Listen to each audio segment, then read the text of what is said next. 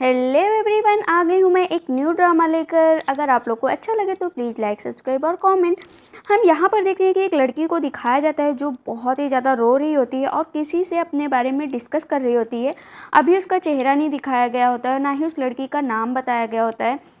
वो लड़की बस इतना कह रही होती है कि मैं आज यहाँ पर खड़ी हूँ ब्रिज ऑफ एम्प्टीनेस पर। शायद मेरा ये पहला और आखिरी कदम है यहाँ पर। इसके बाद न जाने कहाँ पर आप हो और कहाँ पर मैं हूँ। और मैंने जो अपनी ज़िंदगी में किया वो कुछ भी गलत नहीं किया। और वो बस रोए जा रही थी और अचानक से वो ब्रिज से नीचे गिर जाती है। और गिरते गिरते भी जो सामने कोई खड़ा होता है, अभी तक उसकी शक्ल नहीं दिखाई गई होती है।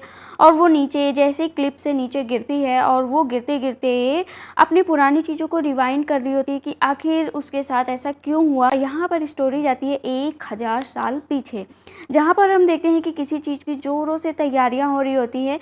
शायद आज कुछ बहुत ही बड़ा होने वाला है, जिसकी वजह से आसमानों में परियां तक उड़ रही थी और चारों तरफ खुशियां ही खुशियां थी। अब हम देखते हैं कि यहाँ पर एक किंग को दिखाते हैं जो कि खड़े होते हैं और वो डिस्क्रिप्शन दे रहे होते हैं किसी चीज़ की। वो बोलते हैं कि यहाँ पर जो तुम देख रहे हो ये लोटस का फूल, ये सिर्फ एक ही खानदान है जिसकी ब्लड लाइन इससे जुड़ी हुई है और ये है 4 लीफ लोटस।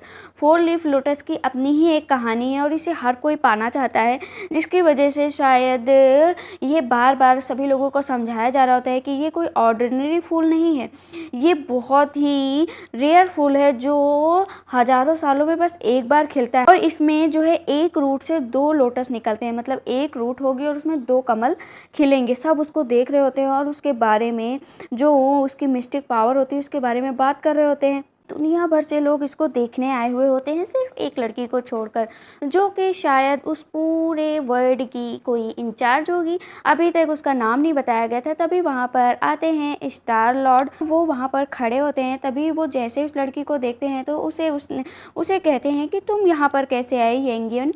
उसका नाम होता है, उस लड़की का नाम होता है यंगवेन। वो समझ जाते हैं कि ये यहाँ पर क्यों आई है। जो यहाँ पर यंगवेन होती है वो स्टार लॉर्ड से पूछती है कि क्या युवान यहाँ पर नहीं आएगा। तब स्टार लॉर्ड कहते हैं कि वो फालतू की जगहों पर अपना टाइम वेस्ट नहीं करता है, अगर वो खाली होता है तो अपना चेस खेलता रहता है, ना कि वो यहाँ पर आएगा।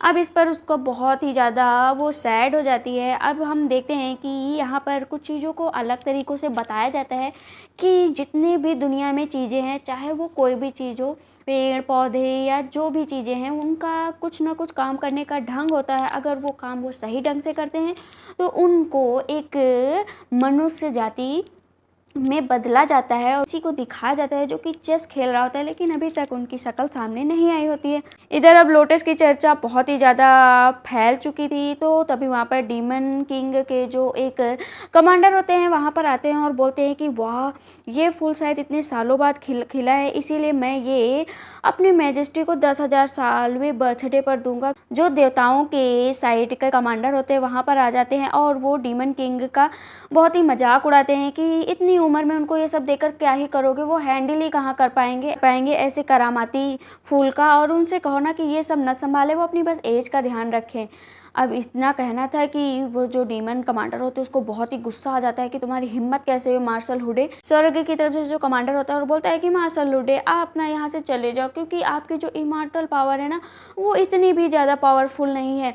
तभी जो मार्शल हुडे होते बोलते हैं ये लोटस मेरा है और मैं इसे लेकर रहूँगा।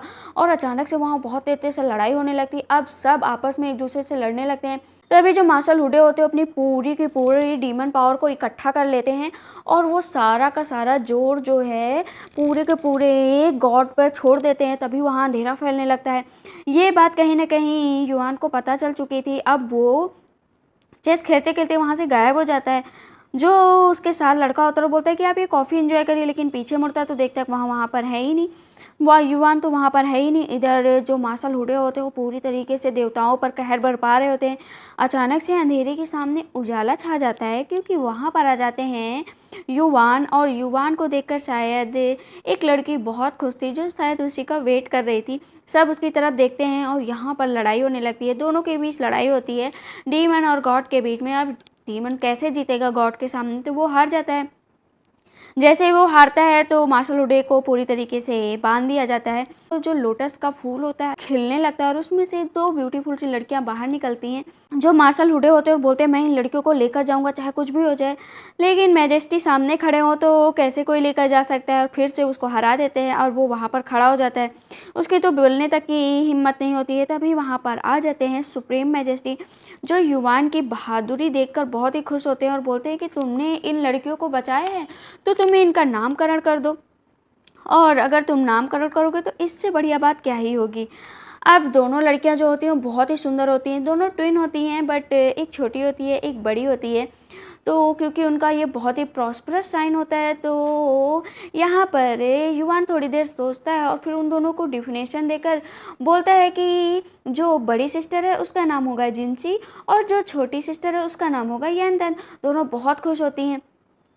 इधर अब लॉर्ड फिर से चले जाते हैं, चेस खेलने लगते हैं और अब कहानी 500 साल बाद की दिखाई जाती है, जहाँ पर यंदन और जिंगसी अब बहुत बड़े हो गए होते हैं। यंदन तो सोई पड़ी होती है, उसे किसी चीज़ की खबर नहीं रहती और वो बहुत ही लापरवाह होती है अपनी ज़िंदगी में। जहाँ पर हम जिंगसी को देखते हैं जो बहुत ही सुंदर सुशील और कन्या जैसे नहीं होती, सारे कामों में निपुण और अपना काम एकदम ढंग से करती है। बट यंदन तो अपना पेपर भी नहीं देने जाती है। वो बोलती है मैं कोई पेपर नहीं दूंगी, मुझे कोई पेपर नहीं देना है, तुम यहाँ पर आ गए हो ना मेरे लिए बहुत अच्छा है, ऐसा करो ना तुम मेरा एग्ज़ाम तुम क्यों नहीं दे देती। तो इस पर जिंगसी बोलती है तुमने अपना एग्ज़ाम क्यों नहीं दिया, अगर तुम ऐसे एग्ज़ाम नहीं दोगी तो तुम्हारी इमोर्टल अटेंडेंस हमेशा के लिए फिनिश हो जाएगी, तुम कुछ कर भी नहीं पाओगी। वहाँ पर एक लड़के को दिखाया जाता है जो बोलता है आई एम मरमिन और तुम लोग बहुत लकी हो जो मैं तुम लोगों के साथ हूँ, समझी।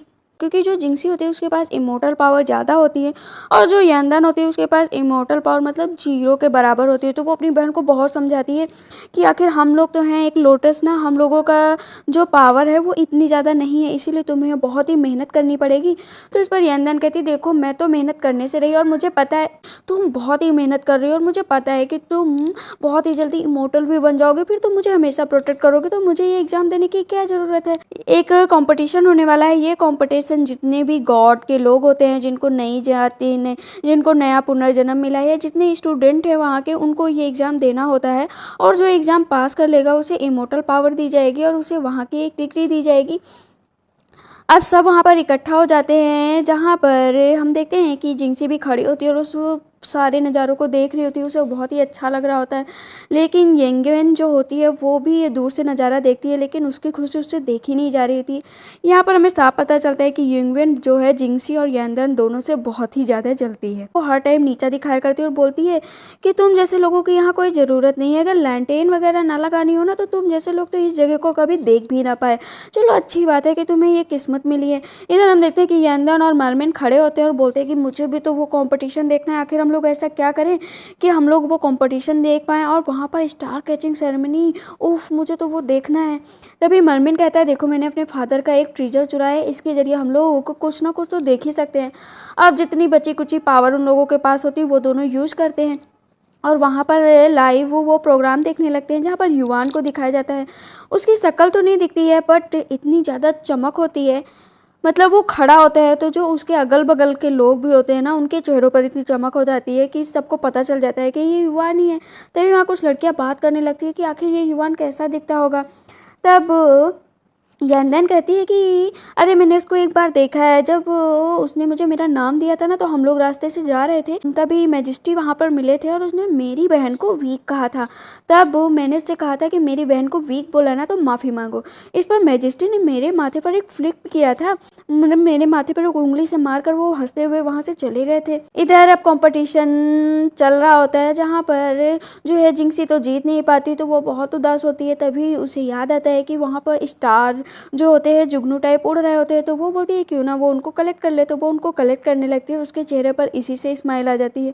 लेकिन येंगवेन को तो ये भी देखकर बर्दाश्त नहीं होता और वो बोलती है कि तुम ये सब क्यों इकट्ठा कर रहे हो, तुम्हें पता नहीं है कि ये रूल के खिलाफ है, और वो उसे डांटने लगती है। तभी पर मैजेस्टी आ जाते हैं और बोलते हैं कि तुम्हारी हिम्मत कैसे हुई जिंगसी से ये सब कहने की, तुम्हें नहीं पता है कि यहाँ पर क्या क्या रूल क्या है और तुम अगर सुपीरियर हो तो तुम्हें अपनी हद में रहना पड़ेगा।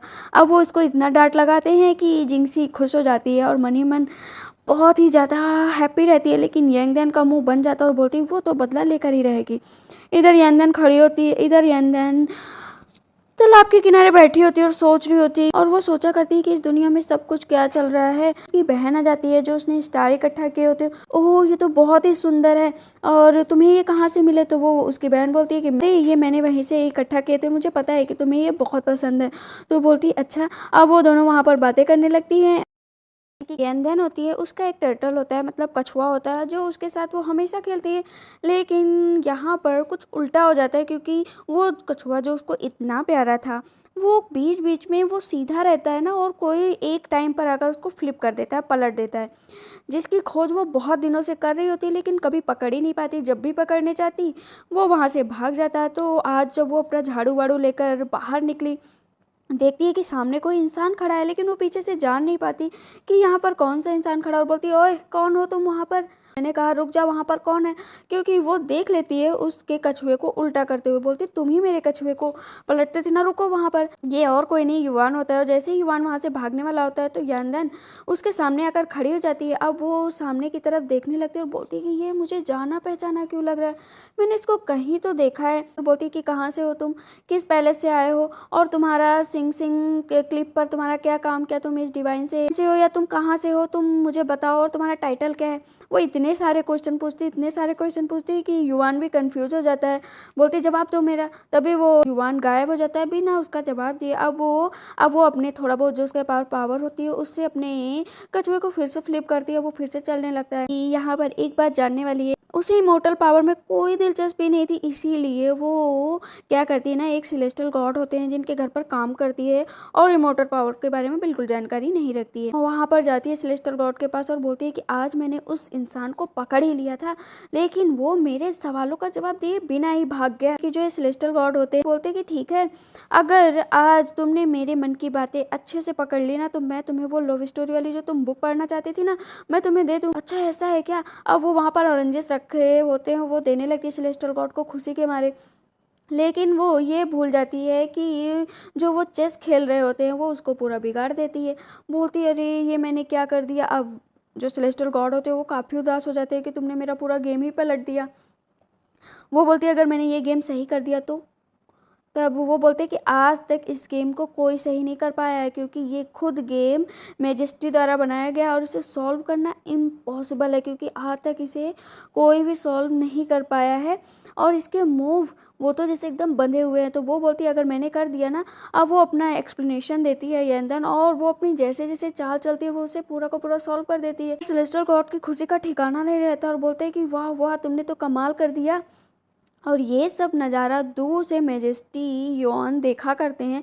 वो बोलते हैं कि ये कोई मामूली लड़की तो नहीं है, ये एक इंटेलिजेंट फेरी है। कि यांदान अपने रूम में आती है जहाँ पर वो बुक पढ़ा करती है। तो इस पर मरमिन पूछता है कि तुम इतनी कब से पढ़ने लगी और वर्क हार्ड बन गई? बोलती जिंक्सी मेरी सिस्टर इतनी हार्ड वर्कर है, तो क्या मैं नहीं बन सकती हूँ? इसके बाद वो वहाँ से नखरे दिखाते हुए चली जाती है। जब बाहर निकलती है तो बोलती है अभी तो मैं अपने टर्टल को देखने जा रही हूँ, चलो चलो मेरे साथ चलो। जब वो वहाँ पर जाती है उससे पहले ही लॉर्ड वहाँ पर आ जाते हैं, और वो जो उसका टर्टल होता है उसको पलट देते हैं, फ्लिप करके वहाँ से चले भी जाते हैं, और साथ में वहाँ पर कुछ ऐसा कर जाते हैं जिससे देखकर आज यानदान का पारा तो बहुत हाई होने वाला होता है। वो देखती है कि वहाँ पर उसका टर्टल पीछे पड़ा। वो बोलती है ये किसने किया? वो फिर से यहाँ पर आया, बदतमीज कहीं का, स्टूपिड इंसान। और वो इतना गुस्सा करती है कि अपनी पावर यूज करती है, तो कुछ पाउडर सा उसके चेहरे पर पड़ जाता है। वो इतने तेज चिल्लाती है मैं तुम्हें जिंदा नहीं छोड़ूंगी, इतने तेज चिल्लाती है कि शायद वो पूरे के पूरी जगह उसकी आवाज गई होगी। अब वो रूम में आती है, दो ड्रैगन होते हैं। तो जो लड़का होता है वो उसे छूने से मना कर रहा होता है कि इसको छूना मत। अचानक से वो उसको छू लेती है तो उसके हाथ पर काट लेता है, और वो झटके से क्या करती है ना, अपना हाथ ऐसे पटकती है, तो वो जो ड्रैगन होता है वो एक तालाब में चला जाता है। अब सोचती है इसको पकड़े कैसे, तो अपना जादू यूज करती है उसको पकड़ने के लिए। तो जो साथ में लड़का होता है बोलता है कि अरे तुमने इसको कैसे पकड़ लिया? और वो उस तालाब में कुछ ऐसा देखती है जिसकी वजह से शॉक्ड रहती है। वो देखती है कि वहाँ पर एक ब्लैक फिश है जो बस उसको घूरे जा रही है, घूरे जा रही है। अब वहाँ पर वो ब्लैक फिश से लड़ने लगती है कि तुम मुझे बस देखे जा रही हो, तुम्हें हिम्मत कैसे हुई मुझे देखने की? बस तुम मुझे देखती जा रही हो, देखती जा रही हो, समझ ही नहीं आ रहा है। और देखो कितनी बदतमीज हो, अभी भी मेरी तरफ देख रहे हो, हटो यहाँ से। और वो उससे भी कहती है देखो देखो मुझे घूरे, लेकिन वो लड़का तो वहाँ से चला जाता है। अब हम देखते हैं कि आज जिंक्सी जो है डिवाइन आर्ट्स में जाने वाली होती है, क्योंकि वहाँ पर कुछ उसे सीखना था, जिसकी वजह से वो हाथ में ट्रेली होती है और उसमें एक बेल्ट होती है जो कि युवान की होती है। अब यांदन इन सब चीज़ों से बिल्कुल अनजान थी कि वो बहुत ही इंपॉर्टेंट बेल्ट है, तो वो पूरा टर्टल के बारे में स्टोरी बता रही होती है और अपनी सिस्टर के गले लग जाती है और बोलती देखो देखो, अरे यार मैं आज इतना खुश हूँ, इतना खुश हूँ, मैं क्या बताऊँ। और वो ट्रे नीचे गिर जाती है। जैसे नीचे ट्रे गिरती है तो जो उसमें बेल्ट रहता है उसके आगे जो एक सिंबल लगा होता है वो वहाँ पर टूट जाता है। अब जिंक्सी की हालत तो डाउन हो जाती है क्योंकि इसकी सज़ा बहुत ही भयानक मिलने वाली होती है। तो युवान के साथ लड़का रहता है, वो वहाँ पर आता है जो कि गॉड के साथ रहता है और वो बोलता है कि तुम्हें इसकी सज़ा मिलेगी, तुम्हें अब तुरंत अंदर चलना होगा और वहाँ पर जो हमारे मैजिस्ट्री उनसे माफ़ी मांगनी होगी क्योंकि तुम दोनों में से जिसने भी ये किया है आखिर उसको सज़ा तो मिलेगी। तो वो अपनी बहन को बचाने के लिए यांदन क्या करती, कहती है कि ये सब मैंने किया है, मैं सज़ा भुगतने के लिए तैयार हूँ। लड़का बोलता है ठीक है चलो मेरे साथ। अब हम इधर दूसरी जगह देखते हैं जहाँ पर डीमन और गॉड की बहुत ही भयानक लड़ाई चल रही होती है, लेकिन उन सबसे छुटकारा पाने का कोई रास्ता नज़र नहीं आ रहा होता है। अब यहाँ पर एक लड़के को दिखाया जाता है जिसका नाम होता है झेनयी। झेनयी बहुत ही पावरफुल नज़र आ रहा होता है जो कि डीमन एम्परर का बेटा था। भगवान उसको बार बार समझा रहा होता है कि तुम ये सब छोड़ दो और यहाँ से चले जाओ वरना इसका अंजाम बहुत बुरा होगा।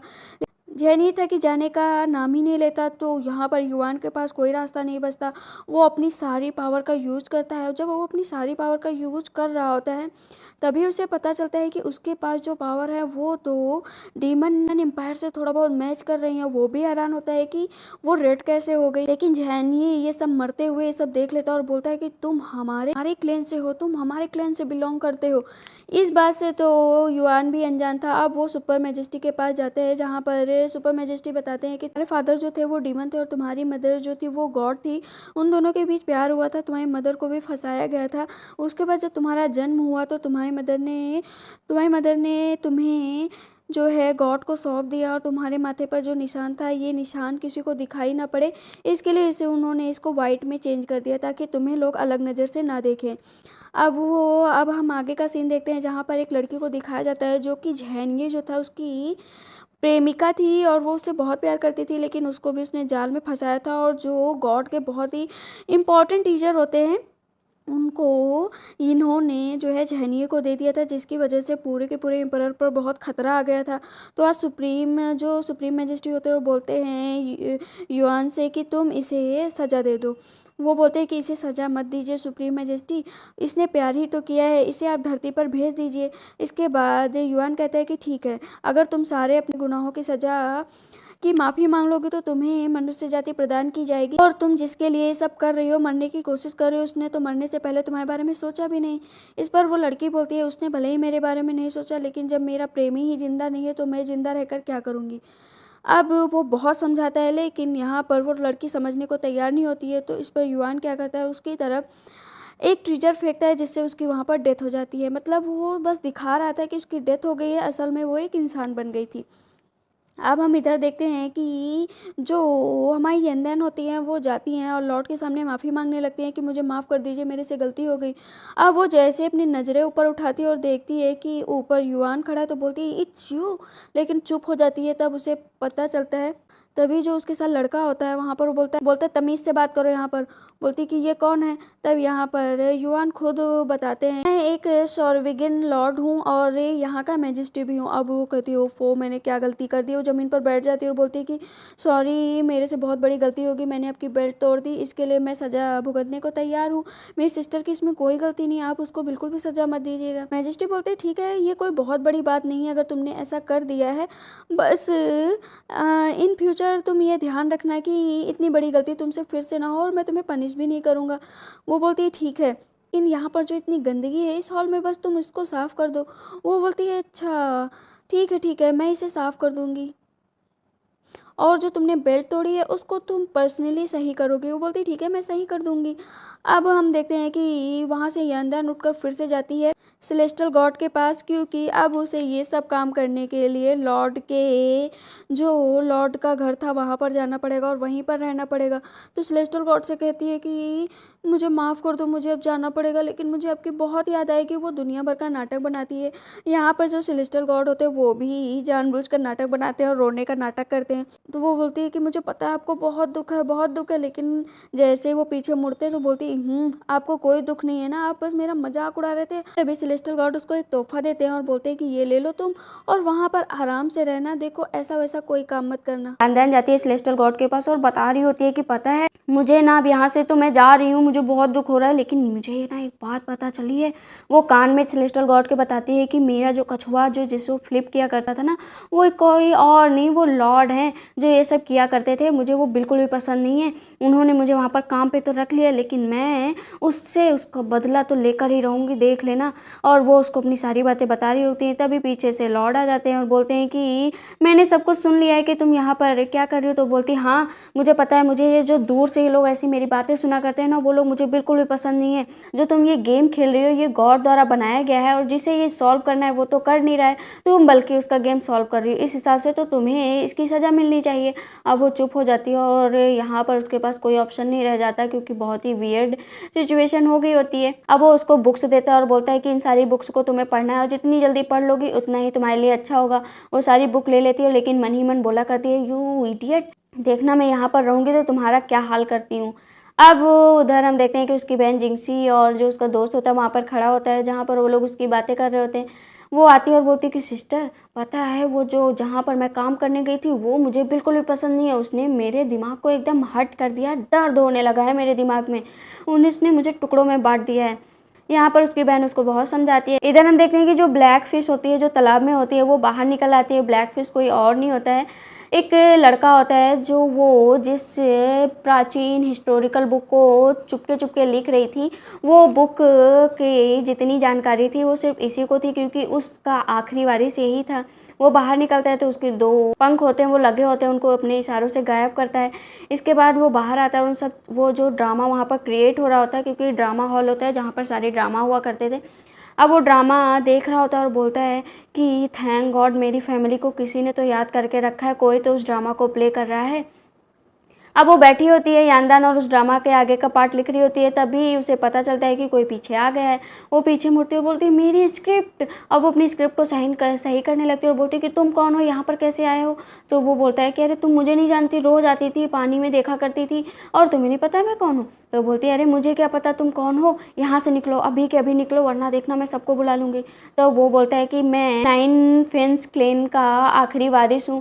तो बोलती है सच में बड़ी, तुम तो मेरे दोस्त हो और तुम यहाँ पर कैसे आ गए। तो वो बोलता है कि अरे, तो वो बोलती है अरे तुम तो बहुत लकी हो, तुम तो मेरे फॉलोवर निकले। तुम्हारा नाम क्या है। तो बोलता है मेरा नाम पता नहीं क्या है, मैं तो अपना नाम जानता ही नहीं। तो बोलती है अच्छा मैं तुम्हारा नाम लिखती हूँ यहाँ पर। अब वो वहाँ पर नाम लिखती है यू हेट यू। वो बोलता है कि अरे यू हेट यू मुझे अच्छा नहीं लगा, यूमो बोलो यूमो। बोलती नहीं यूमो नहीं, वो बोलता है नहीं यूमो ही सही है। बोलती ठीक है तुम्हें यूमो ही बुलाऊंगी।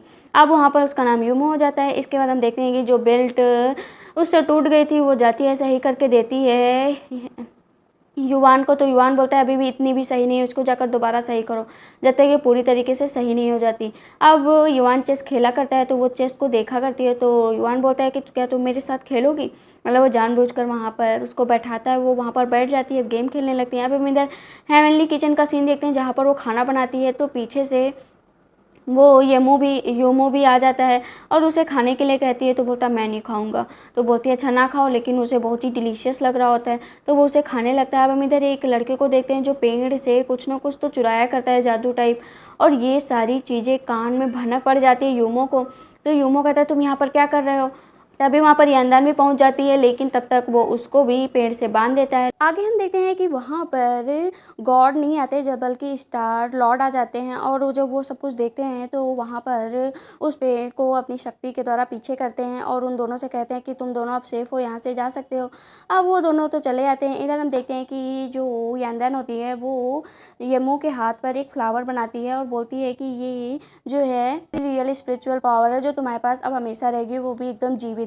इधर हम देखते हैं कि जो यमू होता है उसको भूख लगी होती है, लेकिन उसको बहुत अच्छा खाने का मन कर रहा होता है। तो वो क्या करती है, कहती है कि ये मेरी प्राइड का सवाल है, आज तो मैं तुम्हें अच्छा खाना हेवनली किचन से खिलाकर ही रहूँगी, ऐसे करोगे तो बोलते देखना मैं पास होकर दिखाऊंगी। अब वो क्या करती है, हेवनली किचन में जाती है जहाँ पर जो शेफ होते हैं उनके सामने, और न जाने वहाँ पर उससे क्या कहती है। उसके बाद हम देखते हैं कि वो लोग लॉर्ड के सामने खड़े रहते हैं, जहाँ यंदान होती है वो वहाँ पर नाटक बनाने लगती है कि मैंने मैजेस्टी आपके लिए क्या कुछ नहीं किया, मैं तो चाहती थी कि मैं आपके लिए एक कुक करूँ, अच्छा सा खाना बनाऊँ, इसीलिए मैं इनसे कह रही थी आप बहुत ही काइंड हार्टेड है।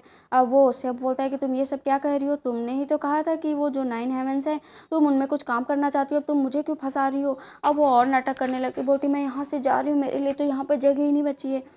लॉर्ड तो जानते ही थे कि ये सब इसका नाटक है, और वो ये भी जानते थे कि ये जानबूझकर ये सब कर रही है, और बोलते हैं कि तुम यहाँ से जा सकती हो और एक्टिंग बहुत अच्छी की है तुमने। वो आती है घर, और जो उसका टर्टल होता है वो चल नहीं रहा होता है, क्योंकि उसको बार बार लौट पलट कर जो चले जा रहे होते हैं। तो येमू क्या करता है, अपनी शक्ति से वहाँ पर थोड़ा बहुत यूज करता है और वो चलने लगता है। वो बहुत खुश हो जाती है, बोलती है अब ये चलने लगा, मैं इसको घर के अंदर रखती हूँ, देखती हूँ ये कैसे आता है। वो घर के अंदर उसको रखती है अपने टर्टल को, लेकिन गॉड घर के अंदर भी आ जाते हैं, और जब घर के अंदर आते हैं तो वहाँ यंदन तो होती नहीं है, लेकिन वो बेल्ट देखते हैं जिसमें उसने टर्टल का पूरा बेल्ट पर पूरा अपने हाथ से कढ़ाई की थी, जो बहुत ही सुंदर की थी। युआन जब उसको देखता है तो बहुत खुश होता है, लेकिन वो टर्टल को भी पलट देता है। तभी पीछे से आती है यंदन, और यंदन जब देखती है कि उसका टर्टल फिर से पलटा हुआ पड़ा है तो वो बोलती है मैं इसको छोड़ूंगी नहीं। अब वो एक तरकीब बनाती है। यहाँ पर देखते हैं कि स्टार लॉर्ड आए हुए होते हैं, तो वो क्या करती है ना, क्योंकि अब वो वहाँ की सेविका बन गई थी, तो वो चाय बनाकर लाती है गॉड के लिए भी और स्टार लॉर्ड के लिए भी, दोनों के लिए चाय बनाकर लाती है। लेकिन जो गॉड होते हैं उनकी चाय में वो थोड़ी सी छेड़खानी करती है और मिला देती है, पेट खराब करने वाला पाउडर होता है, तो वो जानबूझकर मिलाकर लाती है। तो वो अपने हाथ से देती है गॉड को कि ये आपके लिए है चाय, लेकिन वो जान जाता है कि इसमें कुछ ना कुछ तो गड़बड़ है। बोलता है कि ठीक है, मैं स्टार लॉर्ड से अपनी चाय एक्सचेंज करूँगा, क्योंकि आज मेरा थोड़ा सा फ्लेवर चेंज करने का मन है। तो वो यानदान समझ जाती है कि अब वो फंस जाएगी, तो वो तुरंत ही चाय ले लेती है गॉड के हाथों से, बोलती है कि मैं आपके लिए सेम चाय बनाकर ला रही हूँ, और इतना कहकर वो भाग जाती है। लेकिन यानदान पीछा कहाँ छोड़ने वाली थी गॉड का, वो फिर से सोचती है अब वो क्या करे। तब यहाँ पर जो है गॉड नहा रहे होते हैं, तो जाती है और उनके कपड़े चुराने लगती है। तो गॉड कहते हैं कि तुम्हें कपड़े चुराने की कोई ज़रूरत नहीं है, तुम ये सब क्यों कर रहे हो, और कब मुझे ऐसे सताना छोड़ोगी तुम। तो वो कहती है देखो, एक जो सभ्य आदमी होता है उसका काम होता है ना लड़कियों को झेलना, अगर तुम नहीं झेल पा रहे हो तो बता दो। तो वो बोलता है ये तुमसे किसने कहा कि मैं सभ्य हूँ। तो वो जो ड्रेस पहनी रहती है, जो ड्रेस पहनी रहती है उसका बेल्ट जो है गॉड खोल देते हैं, तो बोलती बदतमीज कहीं के, तुमने मेरी बेल्ट खोल दी। और इतना कहकर वो उसके कपड़े लेकर वहाँ से भाग जाती है, और वो साथ में चिल्लाती भी रहती है कितनी बदतमीज कहीं के, कितना बदतमीज है, कितना ज़्यादा बदतमीज है, ये गॉड कैसे हो सकता है। फिर वो अगले दिन फिर यानदान युआन के माथे पर जैसे चिन्ह बना होता है ना, वैसे उसके लिए बेल्ट बनाती है और लेकर जाती है। तो गॉड कहते हैं फाइनली तुमने कुछ तो सीख लिया है। फिर वो उसे एक बैंगल देता है और बोलता है कि ये तुम्हारे लिए है, और वो उसके लिए गिफ्ट भी होता है। बट यहाँ पर जो है ये अंदर तो भूल गई थी कि उसे गिफ्ट कैसे मिलने वाला था गॉड की तरफ से। गॉड तो उसे पता नहीं कब से छेड़ रहे हैं, पहले कछुए की तरह, फिर उनका पीछा करते हुए। अब यहाँ पर जैसे ही अंदर जो है गॉड की तरफ बढ़ने की कोशिश करती है, तो तुरंत ही गॉड बोलते हैं 15। अब जैसे 15 बोलते हैं वो तुरंत 15 कदम पीछे उड़ कर चली जाती है। मतलब अब वो ब्रेसलेट जो है गॉड के पूरा कब्जे में था, जो कहेंगे वैसा ही होगा। तब वो फंस चुकी थी पूरी तरीके से। 15 कदम पीछे जाते फिर चिल्लाती बदतमीज कहीं के, और वो समझ गई थी कि ये डिस्टेंस के लिए है, मतलब वो जितना डिस्टेंस तय करेगा उतना ही होगा। और वो बोलती है कि छोड़ूंगी नहीं मैं तुम्हें। अब वो फिर से चिल्लाती, लेकिन फिर से जाकर लड़ जाती है और गिरती है धड़ाम से। और फिर वो जब तक संभालते तब तक गॉड जो है युआन जो है वहाँ से जा चुके होते हैं, और फिर चिल्ला चिल्ला कर कहती बदतमीज इंसान, बदतमीज इंसान। अब हम इधर डीमन किंग को देखते हैं, जहाँ पर जो कमांडर होते हैं वो बोलते हैं कि आपको युद्ध लड़ना चाहिए और वॉर करना चाहिए। तो इस पर डीमन किंग कहते हैं मेरा अभी वॉर करने का कोई इरादा नहीं है। और अब हम इधर देखते हैं कि जो हमारी यानदान होती हैं वो युआन को पूरी तरीके से अवॉइड कर रही होती हैं, लेकिन वो ब्रेसलेट जो पहनी रहती है वो जितनी बार आगे बढ़ने की कोशिश करती है वो 15 कदम पीछे चली जाती, और वो चिल्लाया ही करती है। तो युवान को तो बहुत ही ज़्यादा अच्छा लग रहा होता है मनी मन, और वो हंस रहा होता है। अब ये बोलती है इधर यानदान कि मैं उससे बदला लूंगी चाहे जो हो जाए, और वो अब मन लगाकर पहले पढ़ाई करेगी। वो कहती है कि वो इतना पढ़ेगी, इतनी पावरफुल बनेगी ना कि उस युवान को तो पीछे छोड़ देगी। अब यहाँ पर अगले दिन वो युवान की जो जितनी बुक्स होती है उनको कॉपी करने की कोशिश कर रही होती है, तभी स्टार लॉर्ड और जो युवान होते हैं वो डीमन किंग के बारे में बातें कर रहे होते हैं कि तो अभी स्टार लॉर्ड कहते हैं कि वो इतने सालों से अकेले रहता है, वो किसी से बात भी नहीं करता है, तो उसके जो दिमाग को पढ़ना है ना वो थोड़ा सा मुश्किल है। फिर उसकी नज़र यानदान पर पड़ती है जो लोगों से घिरी हुई होती है। युवान सोचता है कि आखिर इसको सब लोग घेरे क्यों हुए हैं, तो वो कहता है कि आखिर इसको सब घेरे क्यों हैं, तो वो जानने की कोशिश करता है। तभी पता चलता है कि वो जो बुक कॉपी कर रही होती है उसकी कॉपी के लिए सब वहाँ पर खड़े हुए होते हैं। फिर स्टार लॉर्ड बोलते हैं कि ये बुक तो काफ़ी ज़्यादा डिफ़िकल्ट तरीके से लिखी गई है कि इसको पढ़ पाना मुश्किल ही नहीं बहुत मुश्किल है, फिर ये इसको इतनी आसानी से कैसे पढ़ ले रही है और दूसरों को भी पढ़ने के लिए कह रही है। और फिर वो यानदान की तारीफ़ करता है। रात का टाइम होता है, यानदान जितना सब कुछ पढ़ती है, आखिर उसने इतना पढ़ा है तो कहीं ना कहीं तो यूज करेगी ही, तो वो अपना तीर कमान लेती है और उस पर वो जो पढ़ा हुआ और लिखा होता है वो उसको नोट पर चिपकाती है और उस पर लिखा होता है कि ये बहुत ही बदतमीज है और ये हमेशा अपने कम पावरफुल लोगों को परेशान करता है। ध्यान लगाती है और युवान की तरफ तीर छोड़ देती है और युवान इधर बैठा चेस खेल रहा होता है, जहाँ पर उसको पता चल जाता है कि यानदान ने उसकी तरफ तीर फेंका है, तो वो तो उसको समझ ही जाता है और तुरंत उसकी तरफ ही पलटवार कर देता है। यानदान यहाँ पर परेशान हो जाती है कि तीर उसकी तरफ आ गई और वो तीर को पकड़ती है और पकड़ते पकड़ते उड़ सा जाती है। युवान वहाँ पर आ जाते हैं तो यानदान बोलती बदतमीज कहीं, तब यानदान बोलती बदतमीज कहीं के आगे मत बढ़ना ना, क्योंकि उसे पता था कि अगर मैंने इससे ये मेरे पास आ तो वो उड़ के 15 कदम दूर चली जाएगी। यहाँ पर गॉड है तो क्या हुआ, युवान को भी बहुत मजा आ रहा था यानदान के साथ, तो वो अपना पीछे तो मुड़ जाता है लेकिन पीछे से अपनी शक्ति यूज करता है, तो यानदान फिर से 15 कदम पीछे उड़ जाती है और बोलती बदतमीज इंसान, मैं तुम्हें छोड़ूंगी नहीं, तुम तो मेरे पीछे ही पड़ गए हो। लेडी होती है वहाँ की लिंगुएन, वो आती है और वहाँ पर वो अपने हाथों से गॉड के लिए बेल्ट बनाकर लाई होती है, तो वो बोलते हैं कि यानदान ने तो ऑलरेडी बेल्ट लगा दिया और उसे कोई दूसरा बेल्ट चाहिए ही नहीं। ये दिल के तो जैसे टुकड़े टुकड़े हो जाते हैं। तभी पीछे से एक सेवक आता है और बोलता है कि आपने जो यानदान को बुक पढ़ने के लिए दी थी वो उसने बुक कंप्लीट कर ली है। तो इस पर वो बोलती है लड़की कि इतनी ज़्यादा हाई क्वालिटीज़ की ये बुक है कि इनको ट्रांसलेट कर पाना ही इतना मुश्किल है, तो वो कैसे इन सारे बुक्स को पढ़ रही है, क्योंकि वो इतनी लोअर इमॉर्टल है, वो कैसे इन बुक को छू सकती है। जैसे वो बुक को टच करने चलती है तभी युवान बीच में आ जाता है और सारे पेज ऊपर उड़ जाते हैं। असल में बात ये होती है कि जैसे उसके मुंह पे वो पाउडर लग गया था ना पहले, वैसे ही वो बदला लेना चाहती है, तो वो सारे पेजेस पे पाउडर लपेट देती है और उसके मुंह पर पाउडर लग जाता है युवान के मुंह पर, और वो फोटो भी देखता है। लिंगवेन होती है, वो बोलती मैं इस लड़की को सबक सिखा कर ही रहूँगी, तो इस पर गॉड रोक देते हैं कि तुम ये इसे छोड़ दो अब। लेकिन लिंगवेन को सबक तो सिखाना ही था, तो वो क्या करती है कि वो वहाँ पर ड्रामा हॉल की जो हेड होती है उसको बुलाती है, हॉल को बंद करवा देती है। तो यानदान पूछती है कि किस रीजन से ये बंद किया जा रहा है, तब वहाँ पर लिंगवेन आती है और बोलती है कि ये जो ड्रामा हॉल है ना ये सिर्फ हाई इमॉर्टल के लिए है, तुम जैसे लोवेस्ट इमॉर्टल्स के लिए नहीं है। और फिर लिंगवेन जो है जिंगसी की बहुत ही ज़्यादा बेइज्जती करती है कि वो डरपोक, जितनी तुम्हारी बहन डरपोक है ना उतनी तो तुम भी डरपोक होगी, पक्का है, तो तुम यहाँ से जा सकती हो। तो जिद पे आ जाती है कि मेरी बहन की बेइज्जती मत करना थी। लिंगवेन जो है उस पर अटैक कर देती है, एंड देन उसके अटैक को रोकने की कोशिश करती है। यहाँ पर लिंगवेन को तो इतना गुस्सा आ जाता है कि उसकी बात को कैसे किसी ने पलटवार कर दिया, तो वो तुरंत ही यानदान पर पलटवार कर देती है, अटैक कर देती है अपनी शक्तियों से। तो यानदान भी कहाँ पीछे रहने वाली थी, वो भी लिंगवेन पर अटैक कर देती है। अब दोनों में बहुत तेज लड़ाई होने लगती है।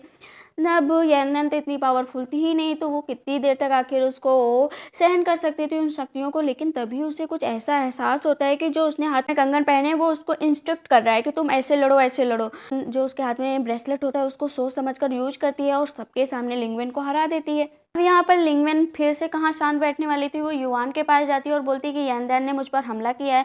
तो यहाँ पर युवान बोलता है कि यार तुम्हें दर्द हो रहा है, तो बोलती नहीं मुझे दर्द नहीं हो रहा है। तो वो बोलता है कि तुम्हें दर्द होना चाहिए, जो तुमने काम किया उस हिसाब से तुम्हें दर्द बनता ही है। लिंगवेन की बेचारी का तो मुंह ही बन जाता है। युवान उसके पास जाता है, धीरे धीरे उसके कान में बोलता है कि मेरे लोगों से दूर रहो, और इतना कहकर उससे कहता है कि यहाँ से जाओ। अब हम देखते हैं कि जिंगसी जो है यानदान को थोड़ी बहुत पावर देती है और जो जो थोड़ी बहुत इंजरीज होती है वो ठीक होती हैं, लेकिन ज़्यादा तो नहीं ठीक होती।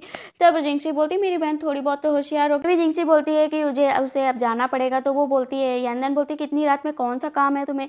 तब यहाँ पे जिंक्सी बताती है कि बहुत सारे मैजिकल वेपन हैं जो डैमेज हो गए हैं, उनको सही करने का काम है वो मुझे मिला है, तो मुझे जाना पड़ेगा।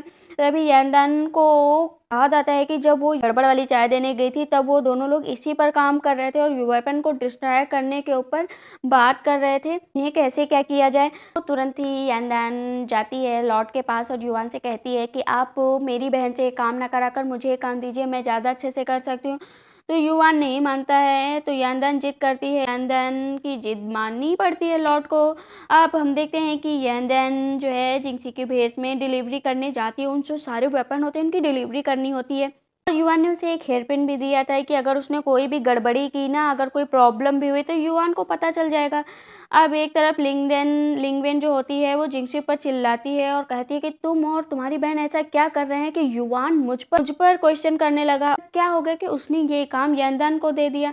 तो इधर जिंक्सी को भी समझ में नहीं आ रहा होता है कि यांदन आखिर उसके काम के बीच में क्यों। तो यहाँ पर जिंक्सी एक ऐसे लड़के से मिलती है जो वेपन को डिस्ट्रॉय करता है, तो वो उसके जो प्रोसेस होता है वो उन सब चीज़ों को देखती है। अब यांदन जो है जिंक्सी के भेस में वहाँ पहुँच जाती है, लेकिन जो वो लड़का होता है वो पहचान जाता है कि ये वही लड़की तो अपनी शक्ति यूज करता है। तो वो अपने भेस में तो आ जाती है, लेकिन सारे डीमन तब तक अंदर आ गए होते हैं। अब जब लड़ाई होने लगती है तो वो जो हेयर पिन दी थी ना युवान ने, वो नीचे गिर जाती है। वो अपने ब्रेसलेट के यूज़ से उन सबसे लड़ती तो है और काफ़ी लड़ने की कोशिश करती है, लेकिन वो अपने आप को इतना पावरफुल अटैक करते हुए देखकर वो कहती है, ओह माय गॉड। वो लड़का होता है वो पूरा आग का गोला बनाता है, यांदन पे छोड़ देता है। यांदन पूरा अपनी पावर यूज करती है और लेकिन इतना ज़्यादा भी नहीं कर पाती, वो उड़कर दूर जाती है। फिर वहाँ पर युवान आ जाता है, जब वो उड़ रही होती है तो जाके युवान से टकरा जाती है, खुद जकड़ लेती है और बोलती प्लीज़ मुझे मत छोड़कर मत जाओ। युवान कहता है कि दूर हटो, तुमने उसे मार गिराया है। तभी हम देखते हैं कि वो थोड़ा सा डिस्टेंस क्रिएट होता है। तब जिंक्सी जो है युवान को थैंक यू बोलती है और यांदन के साथ वहाँ से चली जाती है। पर दो फेरीज जो होती हैं, जो परियां होती हैं, वो वहाँ पर दोनों बहनों के बीच तुलना कर रही होती हैं कि यांदन ज़्यादा समझदार है और जिंक्सी थोड़ी सी मासूम है, और इस तरह की गॉसिप कर रहे होते हैं। गॉसिप सुनकर यांदन उनको खूब सुनाती है कि तुम दोनों को कोई काम तो है नहीं, तुम दोनों हम दोनों बहनों में कमियां निकाल रही हो। वो फिर अपनी बहन से कहती है कि वो ऐसी लोगों की बातों को ध्यान न दे, उसके लिए तो ये पूरे वर्ल्ड में मेरी बहन ही सबसे ज़्यादा पावरफुल और ब्यूटीफुल है। लेकिन यांदन जब वहाँ से चली जाती है तो यांदन के जाने के बाद जिंक्सी अपना बचपन याद करती है, वो लोग शक्तियों को कैसे एकत्रित किया जाए सीख रहे थे। तब वहाँ पर जब जिंक्सी को कहा गया तो वो नहीं सीख पाई, लेकिन यांदन बिना कुछ सीखे उसने देखकर ही वो चीज़ ऐसे ही कर लिया था। यांदन युवान से मिलने जाती है तो वो देखती है कि युवान ऊपर बैठा है, तो बोलती है अरे मरने की जल्दी है क्या जो तुम ऊपर बैठे, और उसका मजाक उड़ाती है। फिर वो उसे एक कदम कहकर उसे अपने पास बुला लेता है।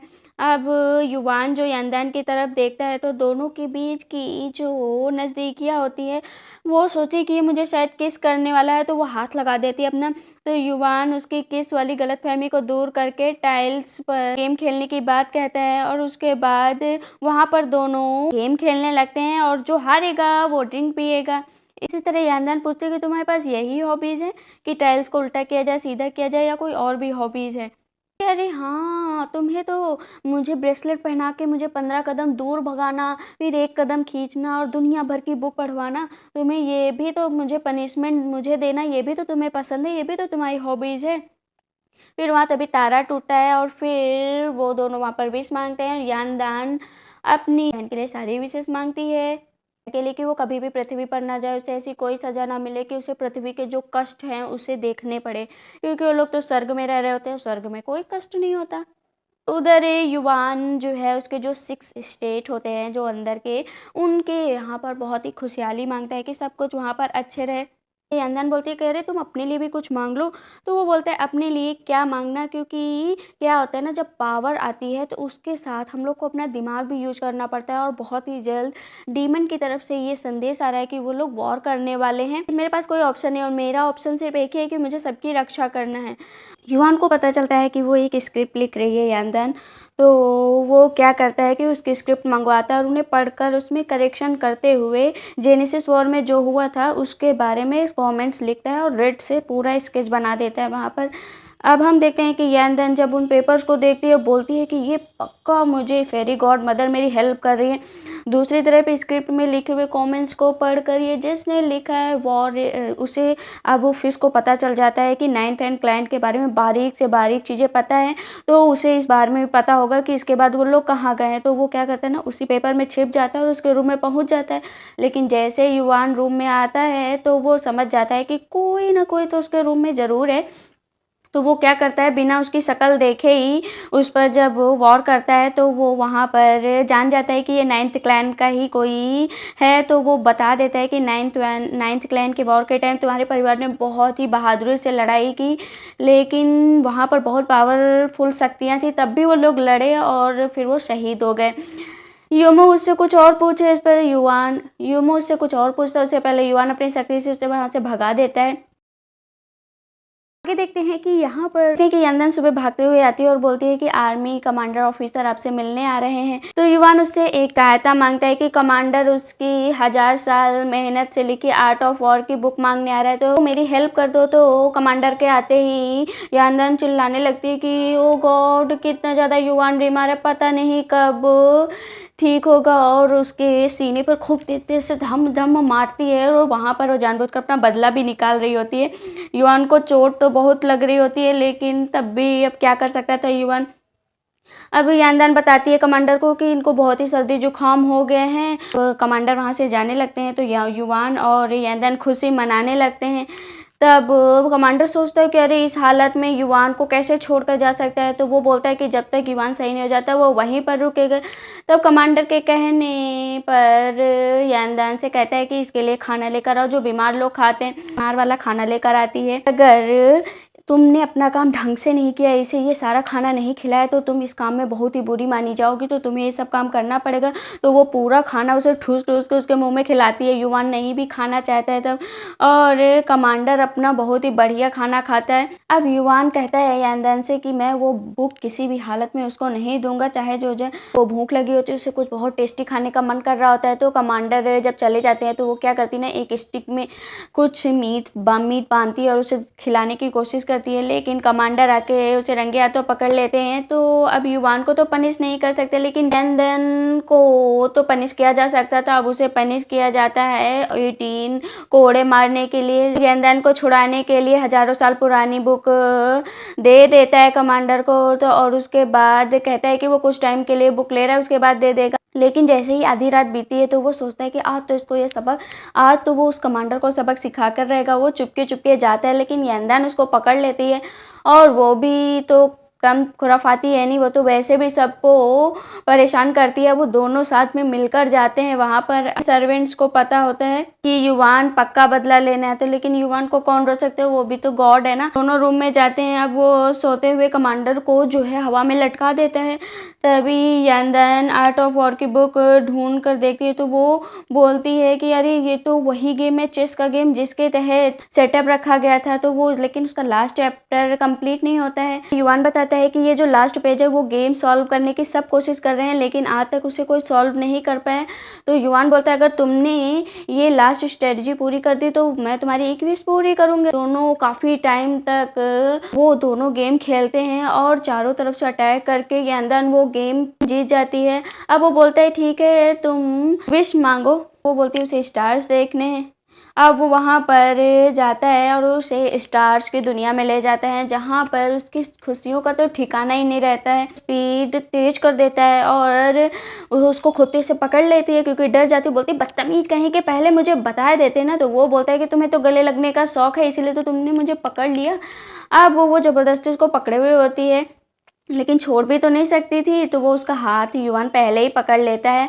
यानदान एक बोतल में खूब स्टार्स कलेक्ट करती है और युवान तो बस उसको प्यार भरी नज़रों से देखा ही करते हैं। अब वो बोलता है कि अच्छा ये बताओ तुम ये स्टार क्यों कलेक्ट कर रही हो। तो वो नहीं बताती है। तो युवान को थोड़ी जलन होने लगती है। बोला बताओगी, तुम्हें पता है ना यहाँ पर प्यार करना बहुत ही बड़ा सज़ा माना जाता है, तुम्हें इसके लिए बहुत ही बड़ी सज़ा मिल सकती है। तो वो बोलती है तुम्हारे दिमाग में बस भूसा भरा है, मुझे मेरे स्टार्स दे दो।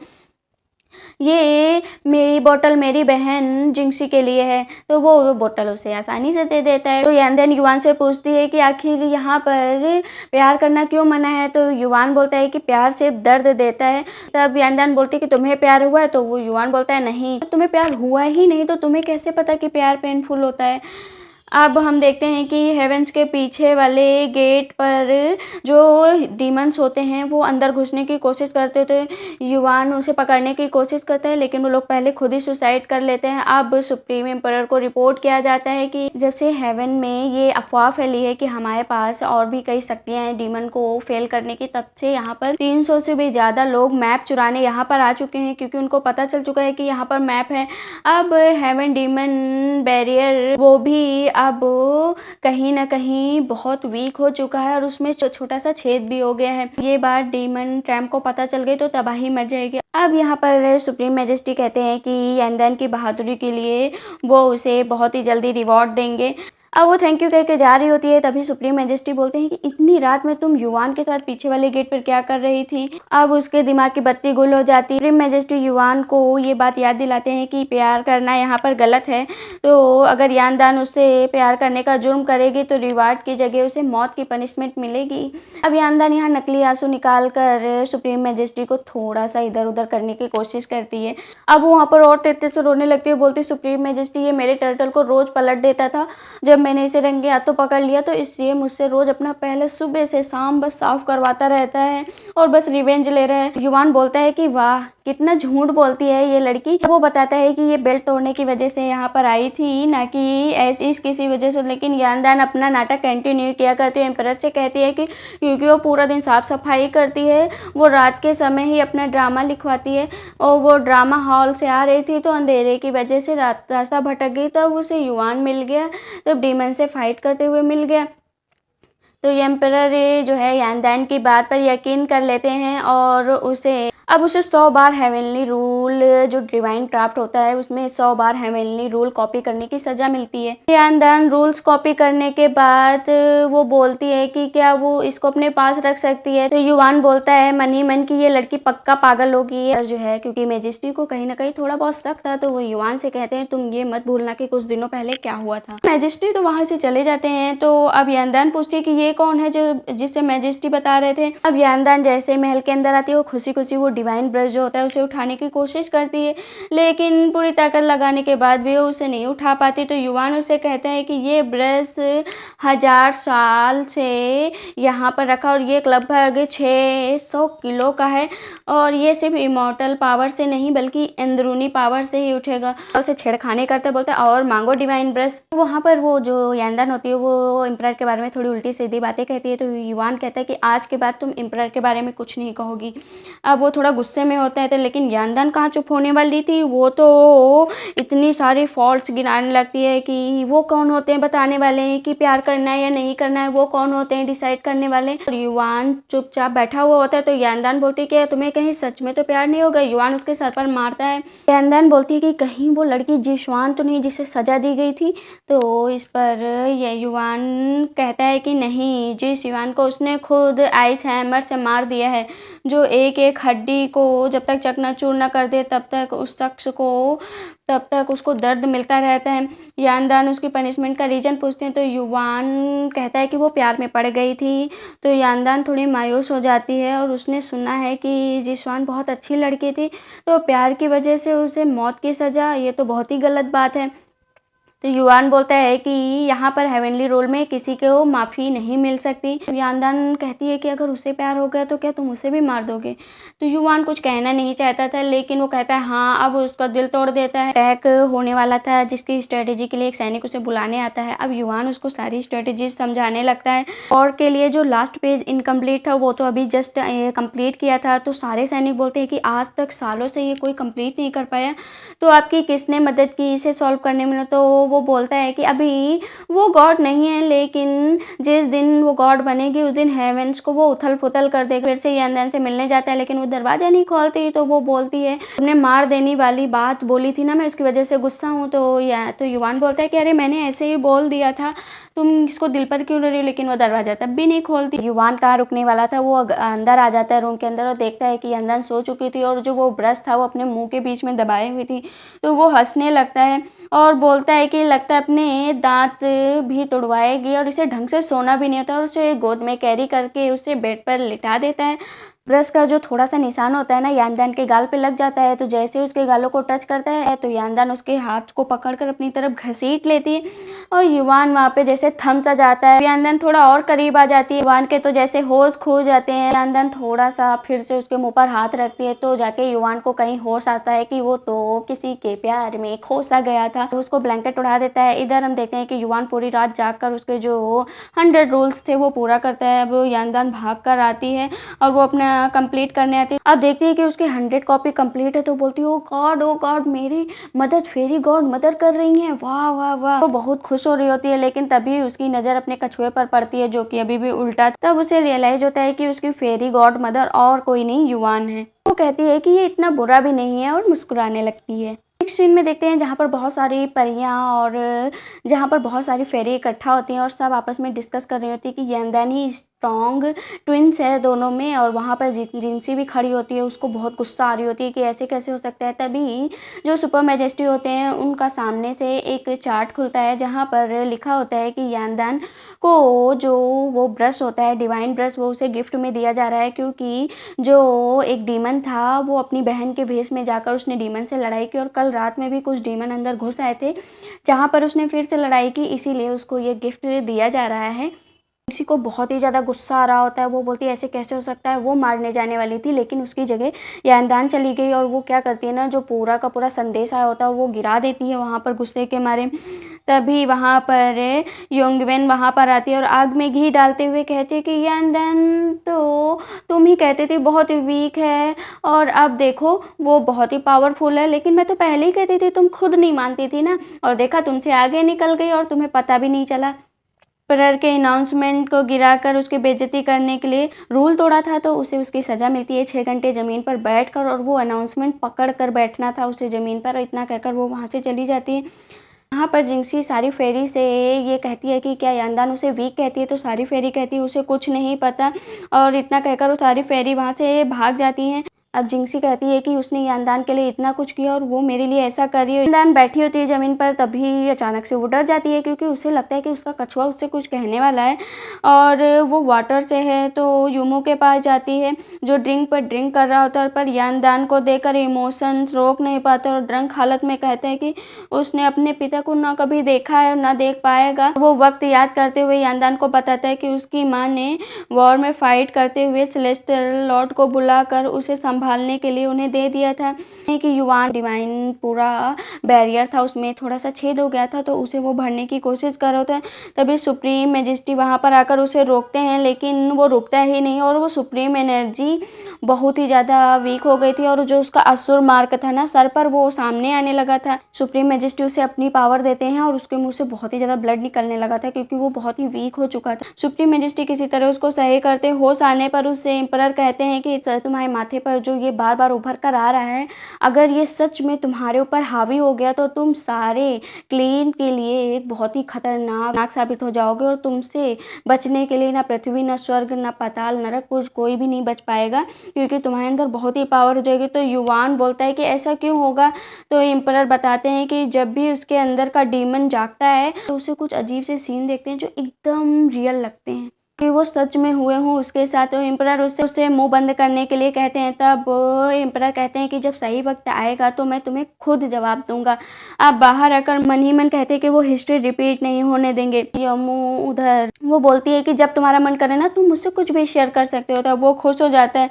अब वो उसको गले लगा लेता है। यानदान कहती है कि तुम मेरी एक मदद करो, तो वो अपने कछुए को देती है योमू को। योमू जैसे ही वो टर्टल को उठाता अपने कान पर लगाता है तो वो बोलता है कि ये कह रहा है कि ये पूरी तरीके से उस युवान से परेशान हो चुका है क्योंकि वो उसे बहुत ही छेड़ता है, रोज पलट कर चला जाता है, उसे पीसफुली कहीं पर रहना है। तो यानदान कहती है इसे मैं पृथ्वी पर भेजूंगी और वो ये चीज डिसाइड कर लेती। अब यानदान क्या करती है ना कि जो युवान का पास होता है जिससे लोगों को पृथ्वी पर भेजा जाता है वो चुरा लेती है और रास्ते में लेकर आती है कछुए को भेजने के लिए, लेकिन तभी सारे सैनिक उसके पीछे पड़ जाते हैं। हेवेंस के मेन गेट पर डीमंस अटैक कर देते हैं, तो युवान टाइम पर आकर उन लोग को मार गिराता है। लेकिन जो दूसरे डीमन वो यांगजू पैलेस की तरफ जा रहे होते हैं, तो युवान उस तरफ निकल जाता है। अब यांदान मुसीबत में होती है, क्योंकि जितने भी डीमंस होते हैं वो यांदान पर हमला करने वाले होते हैं। तो युवान वहाँ पर पहुँच उसको बचा लेता है। जो एनर्जी होती है डीमंस के पास उनकी तलवार में, वो युवान की लग जाती है। अब युवान उन सबको टुकड़े टुकड़े कर देता है एक ही बार में। अब युवान उन सबको कैदी बनाता है। इससे पहले वो लोग खुद सुसाइड कर लेते हैं और वहाँ से गायब हो जाते हैं। तो दोनों एक दूसरे को पूछते हैं, तो वो बोलते हैं कि ठीक हो तुम। युवान वहाँ पर अपना कोट उतारता है, क्योंकि यांदान को बहुत चोट लग गई होती है। तो और उससे कहता है कि तुम यांगजू पैलेस जाओ। अब यांदान युवान के लिए दवाई लेकर आती है। तो पृथ्वी पर उसने जो पास चुराया था पृथ्वी पर जाने के लिए, वो वहीं पर रख देती है। जब उसके लिखे हुए स्क्रिप्ट पर पढ़ती है, तभी युवान वहाँ पर आ जाता है। तो यांदान उससे खुशी से कहती है कि तुमने मेरी हेल्प क्यों की। तो तब युवान कहता है कि जेनेसिस ऑफ वॉर एक बहुत ही इम्पोर्टेंट वॉर है, और मैं नहीं चाहता हूँ कि उसके बारे में कोई गलत भी लिखे, और मुझे इस बारे में बिल्कुल पसंद नहीं है। तो यांदान युवान का हाथ पकड़ लेती है और बोलती है कि जल्दी वो ये ड्रामा प्ले करने वाली है, क्या तुम ये ड्रामा देखने आओगे ना। और उसके शोल्डर पर हाथ मारती है। तो उसे याद आता है कि युवान को चोट लगी है। तो युवान के मना करने के बाद भी वो उसके घाव पर दवा लगाती है, उसकी लिखी हुई स्क्रिप्ट की तारीफ करता है। वो बोलता है कि अभी वो वॉर के लिए निकल रहा है, तो शायद ही वो वहाँ पर आ पाए। तो यांदान उससे कहती है कि तुम एक हाथ घुमा के इतने सारे डीमंस को मार देते हो, तुम वॉर में जीत कर पक्का आओगे, देख लेना। युवान के चेहरे पर स्माइल आ जाती है। यहाँ पर युवान कहता है कि मैं यहाँ से जा तो रहा हूँ, लेकिन तुम्हारी पावर कल्टीवेट जो है हमेशा जारी रहनी चाहिए। तब यांदान कहती है अगर वॉर होने ही वाली है तो डीमंस यहाँ पर क्या करने आए थे। तो युवान भी सोच में पड़ जाता है। तब युवान पूछता है कि जब वो लोग तुम पर हमला कर रहे थे, क्या तुमने उनकी कोई बात सुनी है। तो यांदान उसे बताती है कि वो नॉर्थन गेट पर जाने का रास्ता ढूंढ रहे थे। युवान आगे पूछने चलता है, तो बोलती है बस मुझे पता है कि तुम वॉर जीतकर पक्का मेरा ड्रामा देखने आओगे। ये माथे पर फ्लिप क्लिक करता है और वहाँ से कहता है कि मैं तो जिंदा ही आऊँगा। मैं तो ये कह रहा था कि अगर वो डीमंस फिर से हमला कर दिए तो अपने आप को कैसे प्रोटेक्ट करोगी, ये सीख। फिर वॉर के लिए सोल्जर्स इकट्ठा हो जाते हैं। युवान सबको बैटल फील्ड के लिए निकलने के लिए कहता है और खुद नॉर्दर्न गेट को चेक करने के लिए एक बार जाता है। यांदान एक सीक्रेट टेम्पल होता है जहाँ पर हाई मोर्टल्स का जाना अलाउड होता है, लेकिन वो वहाँ पर विश मांगने के लिए जाते हैं। वहाँ पर कई सारे लोगों की विश लिखी होती है। तो यांदान को युवान की लिखी हुई 6 रिले में सुख शांति वाली विश मिलता है। तो वो बोलती है कि अकड़ू हमेशा बोरिंग ही रहेगा। फिर यांदान और यमू दोनों वहाँ पर अपनी विश लिखते हैं। यमू बस 2 विश मांगता है कि सेलेस्टियल गॉड का जो एहसान है वो पक्का वापस करेगा, और दूसरा यांदान हमेशा खुश। दूसरी तरफ यांदान एक लंबी सी लिस्ट बनाती है। अब वो इस विश को पूरा लिखती इससे पहले ही वो आधा लिखती है। अब वहाँ पर भूकंप आ जाता है। भूकंप ऐसी जगह पर आया हुआ होता है जहाँ पर सारे वर्ड की विशेष लिखी हुई होती हैं। अब वहाँ पर दरारें आने लगती हैं। तो यांदान क्या करती है, अपनी सारी ताकत लगाती है उस पिलर को बचाने के लिए। बल्कि वो कहीं ना कहीं ये जानती है कि अगर उसने ये पावर सब इस पर यूज कर दी तो जितनी भी उसके पास पावर है वो सब खत्म हो जाएंगे। अब योमू और उसका दोस्त सब उसकी मदद करते हैं। जो नॉर्दर्न गेट होता है उससे जो डीमंस की तरफ से एक राक्षस टाइप आया होता है वो उसे उखाड़ने की कोशिश कर रहा होता है। युवान वहां पहुंचकर उस हाइड्रा को रोकने की कोशिश करता है और डीमन किंग से कहता है कि तुम वॉर करके बहुत पछताओगे। तब हाइड्रा उस पर अटैक करता है, पर युवान उससे लड़ाई करता है, लेकिन हाइड्रा जो है डीमन के कहने पर काम करता है। तो डीमन जो होता है वहाँ पर आ जाता है। तो युवान भी मन में सोचता है कि वो डायरेक्ट डीमन से लड़ेगा। अब दोनों की लड़ाई होने लगती है, डीमन और युवान की। तो यहाँ से डीमन कहता है कि मैं तुमसे बैटल फील्ड में लड़ूंगा, अभी तो मैं यहाँ से जा रहा हूँ, और वो वहाँ से भाग जाता है। फिर जंग के मैदान में और डीमन क्लैन और जो है गॉड क्लैन के दोनों के लोग लड़ते हैं। अब होता यह है कि जितनी भी पावर इकट्ठा होती है गॉड की तरफ से वो एक गोल खांचे में इकट्ठा हो जाती है। अब वो जितना भी पावर होती है ना, डीमन जो होता है वो उस हाइड्रा को खिला देता है। अब वो बहुत ही ज़्यादा पावरफुल हो जाता है। तो अब युवान और हाइड्रा की लड़ाई होने लगती है। दोनों की फाइट करते हुए देख स्टार लॉर्ड वहाँ पर आ जाते हैं। वो लोग काले बादल में पहुँच जाते हैं जहाँ पर स्टार लॉर्ड और युवान दोनों उस हाइड्रा से लड़ रहे होते हैं, लेकिन काले बादल इतने घने होते हैं कि वो हाइड्रा दिखाई नहीं दे रहे होते। अब अपने सेंसेस को यूज करके वो हाइड्रा को ढूंढने की कोशिश करते हैं, और दूसरी तरफ हम देखते हैं कि वहाँ पर मैदान में वो लोग पूरी कोशिश करते हैं कि एक साथ डीमंस को ख़त्म कर दिया जाए। ऊपर बादलों के बीच में युवान और स्टार लॉर्ड हाइड्रा फाइनली मिल जाते हैं। अब युवान अपनी पावर्स यूज करता है जिससे उस हाइड्रा की बॉडी का पॉइजन युवान की आंखों और बॉडी में चला जाता है। अब स्टार लॉर्ड उसका ध्यान भटकते हाइड्रा दोनों को गिरा देता है। युवान को चोट लग जाता है। वो हाइड्रा की जो आवाज़ होती है ना वो तब भी सुन रहा था। अब युवान क्या करता है ना, एकदम धीमी रफ्तार में ऊपर जाता है जिससे हाइड्रा को पता न चले और वो उसके मुंह में मैजिकल वेपन डाल देता है जिससे उसके टुकड़े टुकड़े हो जाते हैं और वो वहीं पर मर जाता है। लेकिन जितनी भी उसके अंदर की डीमन पावर होती है वो युवान के अंदर घुस जाती है। अब युवान बहुत ही ज़्यादा जख्मी हो जाता है और बादलों से नीचे गिर जाता है। स्टार लॉर्ड उसको उठाते हैं और एक सेफ जगह पर ले जाते हैं। अब इधर हाइड्रा के मर जाने से डीमन किंग भाग जाता है। अब वो अपनी आंखों को जितनी भी डीमन पावर होता है वो उसे छिपाता है। अब स्टार लॉर्ड से बोलता है कि आप वहाँ पर जाइए। तभी सेलेस्टियल लॉर्ड वहाँ पर आ जाते हैं तो वो कहते हैं कि वॉर अब अपनी तरफ है और वो जीत रहे हैं।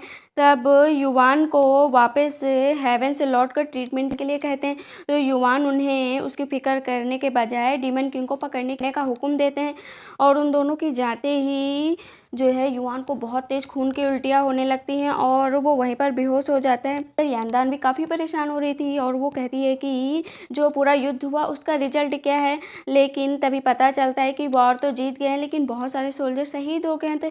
यांदान पूछती है कि युवान कहाँ पर है तो युवान का किसी को कुछ पता ही नहीं होता है। तो अब दूसरी तरफ युवान को होश आता है तो उसे कुछ भी नहीं दिखता और उसे कहीं ना कहीं अब अपना आपा खो चुका। वो पूछता है जितने भी सैनिक वहाँ पर होते हैं कि हम लोग तो युद्ध जीत गए थे तो अब मैं यहाँ पर कैसे हूँ। तो वो सैनिक बताते हैं कि जब आपने कहा था कि सेलेस्टियल गॉड और स्टार लॉर्ड से कि आप डीमन का पीछा करिए तो जब वो लोग दोनों पीछा करने गए तो पीछे से डीमन ने उन पर हमला कर दिया था और वो लोग वहीं पर डेथ हो गई थी। वो बहुत ही उसको तकलीफ होती है कि उसकी वजह से वो दोनों लोग मर गए। अंदर की डीमन जो पावर होती है वो बाहर निकल रही होती है। जो सुपर मैजेस्टी होते हैं उनके पास एक लेटर भिजवाता है कि वो हेवन में रहने के लायक नहीं है क्योंकि वो हेवन के लिए खतरा है। वो हेवन छोड़कर जा रहा है। पर युवान की हालत सबसे छिपाने के लिए कहते हैं कि कह दो सबसे कि युवान वॉर से थक गया है इसीलिए अपने फेलो सोल्जर को खोने की वजह से वो कुछ वक्त के लिए अकेले रहने के लिए पृथ्वी पर गया है। उनको पता चलता है कि युवान पृथ्वी पर जाने वाला है अपना इलाज कराने के बाद। तो वो भागते हुए दौड़ते हुए युवान से मिलने जाती है। जैसे ही वो भागती रहती है तो युवान भी उसको देखने आया हुआ होता है लेकिन वो अपनी आंखों से देख नहीं पा रहा होता तो वो अपने आप को इनविजिबल कर लेता है। तो यहाँ पर जब यांदन भाग रही होती है तो युवान जो है नीचे गिर जाता है। तभी वहाँ पर जो टाइल्स होती है वो फ्लिप होती है तो वो पीछे मुड़कर आती है और टाइल्स को उठाती है और बोलती है बदतमीज इंसान, तुम बस इस बार वापस आ जाओ ना, मैं तुम्हें हर बार गेम में जीतने दूंगी, तुम बस वापस आ जाओ। और बहुत रोती रहती। युवान उसको पहचान कर बस उसे टच करने की कोशिश करता है। यांदान तो बिल्कुल जान ही नहीं पाती कि युवान तो उसके सामने खड़ा है। अब इस बात से बेखबर होकर वो फिर से उसे मिलने के लिए भागते हैं। दूसरी तरफ युवान मन ही मन यांदान को सॉरी बोलता है। अब से वो उसे प्रोटेक्ट नहीं कर पाएगा। यांदान को अब अंदर जाने की परमिशन नहीं मिलती उससे मिलने की। अब वो सेलेस्टियल लॉर्ड से मिलने जाती है क्योंकि वही थे जो उसे युवान से मिलवा सकते थे। लेकिन अभी सेलेस्टियल लॉर्ड जिंदा है बट वो अपनी आखिरी सांसें गिन रहे थे। तो जब वो वहाँ पर पहुँचती हैं कमांडर से कहते हैं कि वो उसे मार दे क्योंकि उनको इतनी पीड़ा इतना दर्द हो रहा है कि अब उसे बर्दाश्त नहीं होते। वो योमो फिर से ह्यूमन फॉर्म लेकर सेलेस्टियल लॉर्ड के पास भाग कर आता है और उसे याद आता है कि कैसे सेलेस्टियल लॉर्ड की वो बात याद आती है। जब वो विश मांगने गया था तो उसने वहाँ सेलेस्टियल गॉड की विश पढ़ी थी कि जो 9th क्लैन का आखिरी वारिस है वो ह्यूमन फॉर्म ले ले और अपनी ज़िंदगी खुशी से बिताए। तो यांदान अपनी पूरी बची कुची पॉकर सेलेस्टियल गॉड को 5 मिनट के लिए दर्द कम कर देती है तो यामू उनकी आखिरी ख्वाहिश पूरी कर सके। तो यामू उन्हें मास्टर बुलाते हुए तुरंत ही सेलेस्टियल गॉड का हाथ पकड़ता है और उन्हें मास्टर बोलता है। तो वो कहता है उन्हें उनका कब से इंतजार था। सेलेस्टियल उनको ह्यूमन फॉर्म में कन्वर्ट होने के लिए उसे थैंक यू बोल के वहीं पर डेथ हो जाती है। अब दोनों वहाँ पर बहुत ज़्यादा रोते हैं। कहते हैं कि स्टार लॉर्ड और सेलेस्टियल गॉड और इसके साथ 18,000 सैनिकों की डेथ हो चुकी थी। अब उनकी शांति के लिए सब वहाँ पर जमा हो गए तो सब उनके लिए प्रे करते हैं। सब तो बाद अब फेस्टिवल का भी टाइम आ जाता है। यांदान को याद आता है कि जो है युवान ने उससे प्रॉमिस किया था कि वो उसका ड्रामा ज़रूर देखने आएंगे, वो शायद पृथ्वी से उस दिन ज़रूर आ जाए। तो इस उम्मीद में बैठे तो योमू को उस ड्रामा को देखने के लिए कहती है। तो ड्रामा स्टार्ट होता है तो वहाँ पर ना योमू आता है ना युवान आता है। बहुत ही ज़्यादा सैड होती है। अब जानने वाली बात यह है कि जब उस दिन पिलर टूटा था जहाँ पर वो लोग विश मांगने गए थे तो तो योमो और यांदान और उसके दोस्त ने सारी पावर यूज कर ली थी। तो योमो के पास अब इतनी पावर बची ही नहीं थी कि वो ह्यूमन फॉर्म में आने के लिए, तो उसकी पावर्स बहुत ही ज़्यादा वीक हो गई थी। अब पूरे टाइम वो फिश फॉर्म में ही रहता है। तो फेस्टिवल के दिन वो पूरी कोशिश करता है कि ह्यूमन फॉर्म में कन्वर्ट होने की, लेकिन हो ही नहीं पाता, बार बार करता है, बार बार गिर जाता है। अब ड्रामा पूरी तरीके से ख़त्म हो जाता है और सुपर मैजेस्टी उसको बहुत ही धन्यवाद कहते हैं और उसे विनर घोषित करते हैं, क्योंकि विनर को प्राइज़ में 3 विश मांगने का मौका मिलता है। तो यांदान यहाँ पर वो पहली विश मांगती है कि इमोर्टल पावर की सारी शक्तियाँ फील करना चाहती है और अपनी बहन के साथ ही रहना चाहती है। तो सारे जो इमोर्टल होते हैं वो बहुत ही खुश होते हैं कि ये बहुत ही अच्छी लड़की है, बहुत ही समझदार है, मतलब पावरफुल होने के साथ साथ सेंसिबल भी है। तो यहाँ पर लिंगबिन खड़ी होती है और जिंगसी को देखकर उसकी तरफ इशारा करती है, कहती है कि देखा, मैंने तो पहले ही कहा था कि देखो ऐसा ही होगा। यांदान तो सबके सामने इमॉर्टल रन जाने के लिए कह रही है। अब जिंगसी को और भी गुस्सा आता है पर सुपर मैजेस्टी उसकी इन सब बातों से बहुत खुश होते हैं। तो कहते हैं कि ठीक, वान जब वापस आएगा तो तब तुम वहाँ जा सकती हो। यांदान जाती है अपनी बहन के पास और उससे पूछती है कि उससे उसका ड्रामा कैसे। जिंगसी बोलती है कि तुम ये बताओ कि तुम मेरी लाइफ का डिसीजन कैसे ले सकती हो, और उसके ऊपर चिल्लाने लगती है। जिंगसी को इतना ज़्यादा गुस्सा आ जाता है कि वो उसे चैलेंज कर देती है कि आओ मुझसे लड़ो आकर, और उसे वो वहाँ से धक्का दे देती है। ये बात सब नोटिस कर लेते हैं। लिंगबिन जो है यहाँ पर जिंगसी को इतना भड़काती है और कहती है कि देखो तुम्हारे पास 2 रास्ते हैं, या तो तुम मेरे साथ चलो या तो तुम अपनी बहन के साथ चलो, बहन के साथ चली जाओ। अब वो बिना हिचकिचाए यांदान के रोकने के बाद भी वो चली जाती है लिंगबिन के साथ। और हम देखते हैं यांदान मायूस होकर जंगलों में घूम रही होती है जो वहाँ के होते हैं। तभी उसकी नज़र सामने वाले पेड़ पर होती है और वो हैरान रह जाती है कि जिसे वो इतने दिनों से ढूंढ रही है वो तो पेड़ों में बंधा हुआ दर्द से तड़प रहा है। वो फील होता है कि जैसे उसके पास कोई है, तो वो उससे कहता है कि इस बात को सीक्रेट रखो और यहाँ से चली जाओ। तो यांदान को लगता है कहीं वो उसे पहचान न ले और उससे दूर न कर दे, तो वो अपनी आवाज़ बदल लेती है और कहती है कि तुम ऐसे क्यों बंधे हो। तब युवान बताता है कि वो सबकी मौत का जिम्मेदार है, इसीलिए वो यहाँ पर बंधा है। तो ये यांदान उसे बताती है कि ये तुम्हारी सोच है कि तुम पापी हो, बट बाकी सबकी नज़रों में तो बहुत ही महान हीरो हो तुम। कि सुप्रीम मैजिस्ट्री ने भी जेड फूल फेस्टिवल में बहुत ही उसकी तारीफ की है। युवान बोलता है कि क्या तुमने वो ड्रामा देखा जो यांदान ने किया था। तो वो बोलती है कि हाँ मैंने देखा है, उसने फर्स्ट प्राइज़ जीता है। तो युवान सुनकर ये खुश हो जाता है। तब उससे कहते हैं कि तुम अच्छा यहाँ से वापस जाओ। तब वो बोलती है कि मैं जेनेसिस ऑफ वॉर की तुमसे थोड़ा बहुत ड्रामा शेयर कर सकती हूँ। तो वो उसे एक्टिंग करके ड्रामा समझाने लगती है। दूसरी तरफ हम देखते हैं कि यूमो जो है अब मछली से थोड़ा ह्यूमन फॉर्म में कन्वर्ट हो गया था और वो यांदान को ढूंढने के लिए जंगल में आता है, लेकिन जब उसे युवान के साथ देखता है तो उदास हो जाता है और वापस चला जाता है। इधर युवान उसको मना कर रहा होता है कि यहाँ से जाओ जाओ, लेकिन वो जाने का नाम ही नहीं लेते। यांदान क्या करती है, अपनी शक्तियों से उसके जो रस्सियाँ बंधी होती हैं वो उसको तोड़ने की कोशिश कर रही होती है। तो युवान उस पर खूब तेज चिल्लाता है, बोलता है यहाँ से जाओ, मेरे अंदर अग्नि है, अग्नि अगर ये फूट गई तो पूरा वर्ल्ड जल के खाक हो जाएगा। तो जब वो चिल्लाने लगता है तो यांदान कहती है कि ठीक है, मैं जल्दी ही आऊँगी तुम्हें बचाने, मैं तुम्हें यहाँ ऐसे नहीं रहने दूँगी। इधर योमो जो है ना वो पागल हुआ करता है कि अभी तक यांदान आई क्यों नहीं। तो वो इसी सोच में डूबा हुआ होता है। तो उसका दोस्त कहता है कि तुम्हें प्यार हो गया है इसीलिए तुम इतना परेशान हो रहे हो। तभी यांदान आ जाती है और योमो के ऊपर गुस्सा करने लगती है कि वो उसका ड्रामा क्यों नहीं देखने आया। तो योमो झूठ बोलता है कि वो आया था लेकिन उसके सामने नहीं आया थी। अच्छा ठीक है, उसने उसको माफ़ कर दिया। अब यांदान क्या करती है ना, जाती है उसका तोड़ ढूंढने ताकि वो युवान को छुड़ा सके। इधर योमो उसके दोस्त से कहता है मेरी फीलिंग के बारे में यांदान को कभी मत बताना, अगर इसे पता चल गया कि मैं इसे प्यार करता हूँ तो मेरी दोस्ती भी ख़त्म हो जाएगी। इधर हम यांदान विशेष वाले मंदिर में जाती है और युवान के लिए विश मांगती है। होती है वो युवान के पास फिर से जाती है मिलने और उसे जगाती है और उसे अपनी लाइफ पार्टनर को सपने में देख रही थी और उसे कहकर चिढ़ाने लगती है। तो युवान उस पर चिढ़कर जैसे ही चिल्लाने लगता है तो वो जैसे ही चिल्लाने चलता है उसका मुँह खुल जाता है। तो उसके मुँह में केक घुसा देती है और बोलती है अब चुप रहोगे। वो युवान के बगल बैठी होती है तो यांदान के अंदर से थोड़ी भीनी भीनी खुशबू आया करती है कमल की। तो युवान समझ जाता है कि उसके बगल यांदान बैठी है। तो वो कहता है कि तुम यहाँ से जाओ, लेकिन वो कहाँ जाने वाली थी। तो वो उसे वो वही ब्रेसलेट देता है जो 15 कदम उसे दूर हमेशा ले जाता है। तो वो कहता है जब भी मेरे अंदर का फायर जागेगा तो कम से कम तुम 15 कदम दूर चली जाओगी। तो वो दोनों आपस में बात करने लगते हैं। तभी अचानक से उसके अंदर का फायर जो एविल होता है वो जागने लगता है। अब वो दूर जाकर गिरती है और उसका जो हाथ का ब्रेसलेट होता है वो भी गिर जाता है। लेकिन युआन इतना ज़्यादा तड़प रहा था, इतना ज़्यादा तड़प रहा था कि उससे देखा नहीं जा रहा होता है और उसके गले लग जाती है। युआन उससे कहता है दूर हटो, लेकिन वो हटने का नाम नहीं लेती है। तब जो है यांदान उसको और कस के पकड़ लेती है। उसके मुँह से ब्लड आने लगता है। तब युआन समझ जाता है कि इसको दूर हटने के लिए मुझे थोड़ा बहुत अपनी पावर यूज करनी पड़ेगी और वो अपनी पावर यूज करता है और वहीं पर बेहोश हो जाता है। इसके बाद यांदान बहुत रोती है उसको देखकर। वो तो ठान लेती है कि वो युआन को सही करके ही रहेगी, चाहे जैसे करे। अब हम देखते हैं कि यांदान क्या करती है, घर आती है और जाती है कुछ मेडिसिन लेने। वहाँ पर कुछ ऐसी मेडिसिन रखी हुई थी जिनकी वजह से वो शायद युआन को सही कर सकती थी।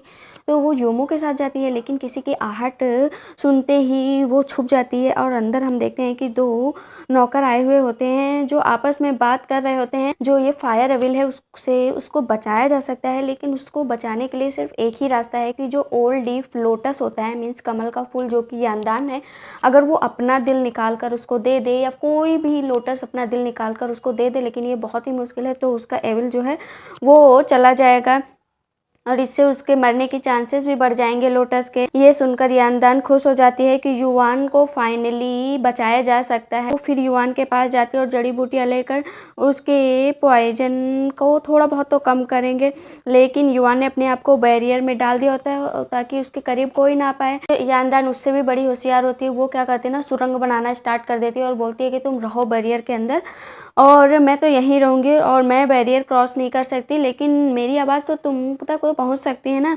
अब यांदान तो बेवकूफ़ होती है। जब वो सुरंग खोदने लगती है तो जेनेसिस वॉर में जितने भी घोस्ट थे उनको मार दिया गया था, तो ज़मीन में दफना दिया गया था। अब वो खोदती है तो वो सारे घोस्ट बाहर निकल आते हैं। अब युआन के पास भी कोई रास्ता नहीं बचता है। वो क्या करता है, अपनी सारी जंजीरें वंजीरें हटाकर एक बार में सारे घोस्ट मार कर यांदान को बचा लेता है। तभी हम देखते हैं कि एक घोस्ट जो होता है हुआजिन, वो जाग जाता है और वो उन पर अटैक करता है। तो युआन उसको बचा तो लेता है, लेकिन जो हुआजिन घोस्ट होता है वो उन दोनों को थैंक यू बोलता है कि उसने इतने दिनों बाद उसको आज़ाद किया है। हुआजिन ज़्यादा ही पावरफुल था और युआन की शक्तियाँ कहीं ना कहीं कमज़ोर हो गई थी, लेकिन हुआजिन तो उस पर अटैक ही कर देता है।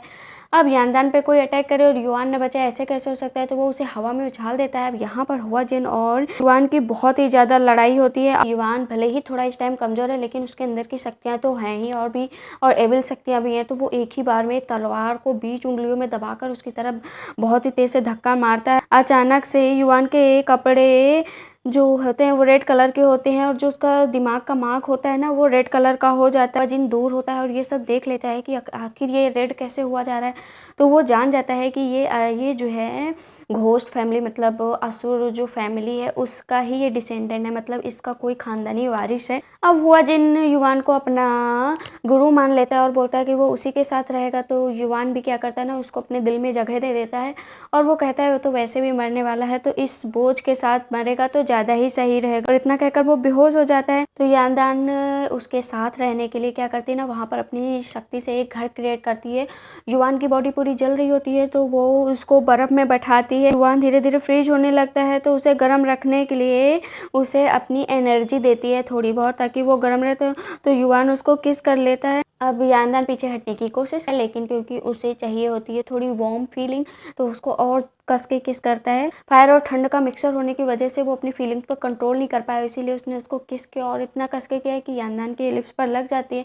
अब वो तो इस बात को नहीं सोच रही थी, यांदान सोच रही थी कि शायद उसे जो है इससे प्यार हो गया है। और वो बोलती है कि लेकिन प्यार करना तो हेवंस में क्राइम है। तब वो सोचती है अब करे तो क्या करें। अब युआन को होश आता है। युआन खड़े होने की कोशिश करता है, लेकिन वो खड़े ही नहीं हो पाता। यांदान कहती है कि और मत सुनो मेरी, बस तुम अपने मन की करो। अब वो बोलती है कि तुम्हें आराम करना चाहिए। अभी तक जो है यांदान ने उसे छिपा रखा था कि वो यांदान है, क्योंकि उसने अपनी वॉइस चेंज कर रखी थी। तो जब वहाँ पर वो लिखती है तो उसकी हैंड राइटिंग युआन देख रहा होता है, अपने हाथ से महसूस कर रहा होता है। और यांदान की पुरानी आदत मुँह में ब्रश लगाने की, तो वो अपने मुंह में ब्रश लगाई होती है। तो फिर से उसको ब्रश लिखने के लिए जैसे वो ब्रश छूता है वो समझ जाता है कि ये यानदान के अलावा तो कोई नहीं है और ये पागल लड़की वही है। तो वो उसे टच करता है, लिप्स को भी टच करता है। तो वो बोलता है कि तुम्हें क्या हुआ है? तो वो बोलती है गलती से ना मेरे दांतों से होंठ कट गया है। तो वो उसको एक हेयर पिन देता है कि जिससे कभी भी उसको चोट वोट या कभी कुछ भी हुआ तो वो जल्दी से हील कर जाएगी। फिर यानदान दोनों के नाम को मिलाकर एक घर बनाती है, एक शील्ड बनाती है और घर के बाहर लगाती है। अब यानदान क्या करती है ना कि उसके अंदर की जो पावर होती है, जो लोटस होता है, वो अपना एक मिनट पूरा लोटस से ही उसकी पूरी बॉडी बनी होती है, तो एक लीफ को तोड़ देती है जिससे उसको दर्द होता है और उसके बाद वो अगरबत्ती के बीच में डाल देती है जिससे वो उस पूरे एरिया में पूरा लोटस की महक फैल जाती है। अब यानदान युवान को बाहर ले जाती है जहाँ पर वो बताती है कि देखो ये पूरे इलाके में एक भी फूल नहीं खिलते, सोचो अगर फूल खिल जाए तो कितनी महक आएगी। और वो उसके हाथ को अपने हाथ में लेती है क्योंकि उसे पता होता है कि शायद उसे टच वाली फीलिंग अभी उसके अंदर वो सेंसेस काम नहीं कर रहे हैं युवान के अंदर। तो उसके हाथ पर वो अपने प्यार का इजहार करती है, लेकिन युवान के सेंसेस अब वापस आ चुके थे। तो वो जान जाता है और वो मन में सोचता है कि ये लड़की अब मरेगी क्योंकि इसने प्यार जैसा बहुत ही बड़ा खतरनाक काम कर लिया है। तो वो अपना हाथ हटा लेता है। दोनों साथ में झूला झूलते हैं। युवान मना करता है लेकिन वो कैसे, युवान ने यानदान के साथ बहुत क्यूट से मोमेंट्स थोड़े बहुत तो ही गुजार लिए थे, तो उसे मर जाने का कोई भी रिग्रेट्स नहीं रह गया था और वो मन ही मन खुश होता है। यानदान से कहता है कि अच्छा तुम ये बताओ कि तुमने ऐसा क्या किया है कि मेरे अंदर का जो फायर पॉइजन है वो बिल्कुल शांत बैठा है, वो बिल्कुल बाहर ही नहीं निकला। तो यानदान उसे आधा सच बताती है, बट वो उसे ये नहीं बताती है कि उसने अपना एक लीफ तोड़कर उसके अंदर थोड़ी बहुत शांति की है जिससे वो फायर पॉइजन बाहर ना आए। बातों ही बातों में यानदान उससे पूछती है कि पता है तुम्हारे अंदर का जो ये फायर पॉइजन है उसको 4 लीफ लोटस के दिल से ख़त्म किया जा सकता है। अब युवान बहुत ही ज़्यादा गुस्सा होता है कि तुमने ये जो बात अभी बोली है ना, आज के बाद ना तो कभी बोलना और ना तो कभी सोचना कि तुम ये सब कर भी सकती हो। युवान सो जाता है, उसे बुरा सपने आने लगते हैं। यानदान भागते हुए आती है घर के अंदर और बोलती है कि जो है तुम्हारा बर्थडे है और तुम्हारे बर्थडे का गिफ्ट बाहर रखा हुआ होता है, लेकिन वो अपने जन्मदिन की बिल्कुल भी खुशी नहीं मना रहा होता है, वो तो चुपचाप बैठा हुआ होता है। तब यानदान उससे कहती है कि अगर तुम नहीं चलोगे तो मैं तुम्हें इतना सताऊंगी कि तुम परेशान हो जाओगे। उसे धमकी देने लगती है। तो क्योंकि यानदान ये सब करने के लिए पूरी काबिलियत रखती है तो युवान मान जाता है। जिसमें डेड बॉडी डाली जाती है उसमें उसको लेकर जाती है और बोलती है कि तुम इसमें आराम से सो सकते। अब वो बात करती रहती है उससे, लेकिन युवान को कहीं ना कहीं ये पक्का पता चल जाता है कि ये कुछ ना कुछ शरारत करेगी।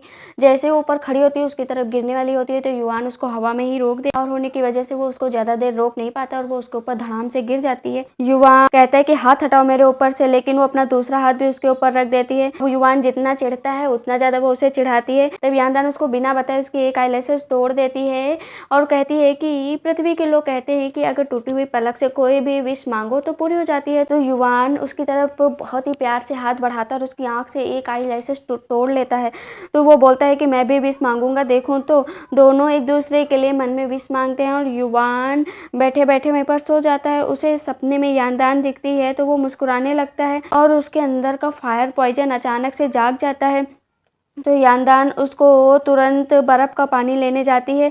वापस आकर देखती है कि युवान स्लीप वॉकिंग कर रहा है और वो अपने सपने में पृथ्वी में यानदान को कुछ बता रहा होता है और वहाँ पर किस करता है। रियल में वो उसको डिवाइडर के मतलब बीच में एक पर्दा लगा होता है, दोनों एक दूसरे को किस करते हैं। अब हम देखते हैं कि जब भी हेवेंस में कोई प्यार करने वाला और नया जन्म लेता है तो एक तितली होती है जो पुनर्जीवित हो जाती है। अब वो उन दोनों को देख लेती है किस करते हुए तो वो पुनर्जीवित हो जाती है और युवान के दिमाग में चली जाती है जिससे वो उसको यानदान के सपने आने लगते हैं। युवान होता है वो यानदान से कहता है वो उसके साथ 3 जन्म बिताएगा और उससे शादी करता है। क्योंकि यानदान प्रेग्नेंट होती है तो युवान एक केयरिंग हस्बैंड होता है और उसे फ्लोर साफ करता है, पूरा ख्याल रखता है। यानदान के नखरे कहाँ कम होने वाले थे, वो तो सपनों में भी उतने ही नखरे करती है। तब वो जानबूझकर नखरे करती रहती है और वो पूरी जिंदगी अपने सपने में देख लेता है। उसका बेटा हो जाता है, बड़ा हो जाता है। वो घर छोड़कर अपने बेटे के साथ जाने लगती है और बोलती है कि तुम्हारे पापा मुझे बहुत सताते हैं। युवान पीछे से आ जाता है तो चिल्लाने लगती है कि अरे तुमने इसे ऐसे कैसे छोड़ दिया, देखो ये घर छोड़कर भागा जा रहा था। मतलब वो सारा इल्जाम बच्चे पर लगा देती है। तो वो बोलता है कि हाँ मैंने सब कुछ सुन लिया कि कौन घर छोड़कर जा रहा था, पर दोनों झूला झूलने लगती हैं और वो सपना हैप्पीली एंड हो जाता है वहीं पर। अब युवान की भी आंखें खुल जाती हैं और वो देखता है कि यानदान उसके सामने लेटी हुई है और उसका हाथ टच करता है। अब अब तुरंत ही युआन के दिल में दर्द होने लगता है। यानदान को बचाने के लिए वो यानदान को अपनी शक्ति से बाहर भेज देता है और सारे खिड़की दरवाजे बंद कर देता है। अब वो चिल्लाती रहती है कि खोलो खोलो, लेकिन वो नहीं खोलता और सारा दर्द अकेले बर्दाश्त करता रहता है। युआन थोड़ा शांत हो जाता है, तब यानदान अंदर जाती है। अब युआन को इतना तो पता होता है कि उसके पास बहुत कम टाइम बचा है हेवेंस में रहने का, मतलब वो मरने वाला है।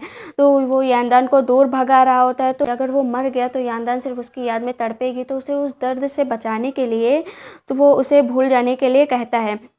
और दूसरी तरफ यानदान उसे उसके साथ रहने के लिए जिद करती है। अभी तक युआन जब भी खाली समय होता था तो वो अपने हाथ से कुछ ना कुछ बनाया करता था। वो एक लोटस बनाता है पूरा आर्किटेक्ट टाइप, तो वो उसको देता है और बोलता है कि ये तुम्हारा फेयरवेल गिफ्ट है।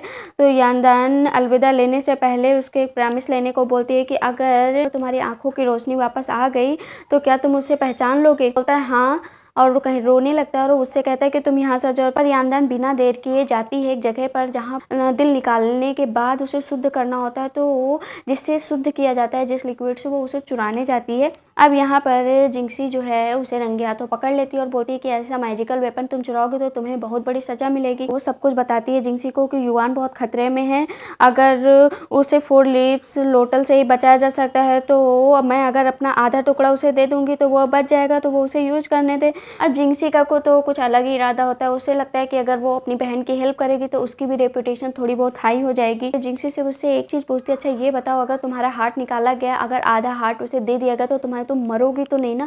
तो बोलती है नहीं।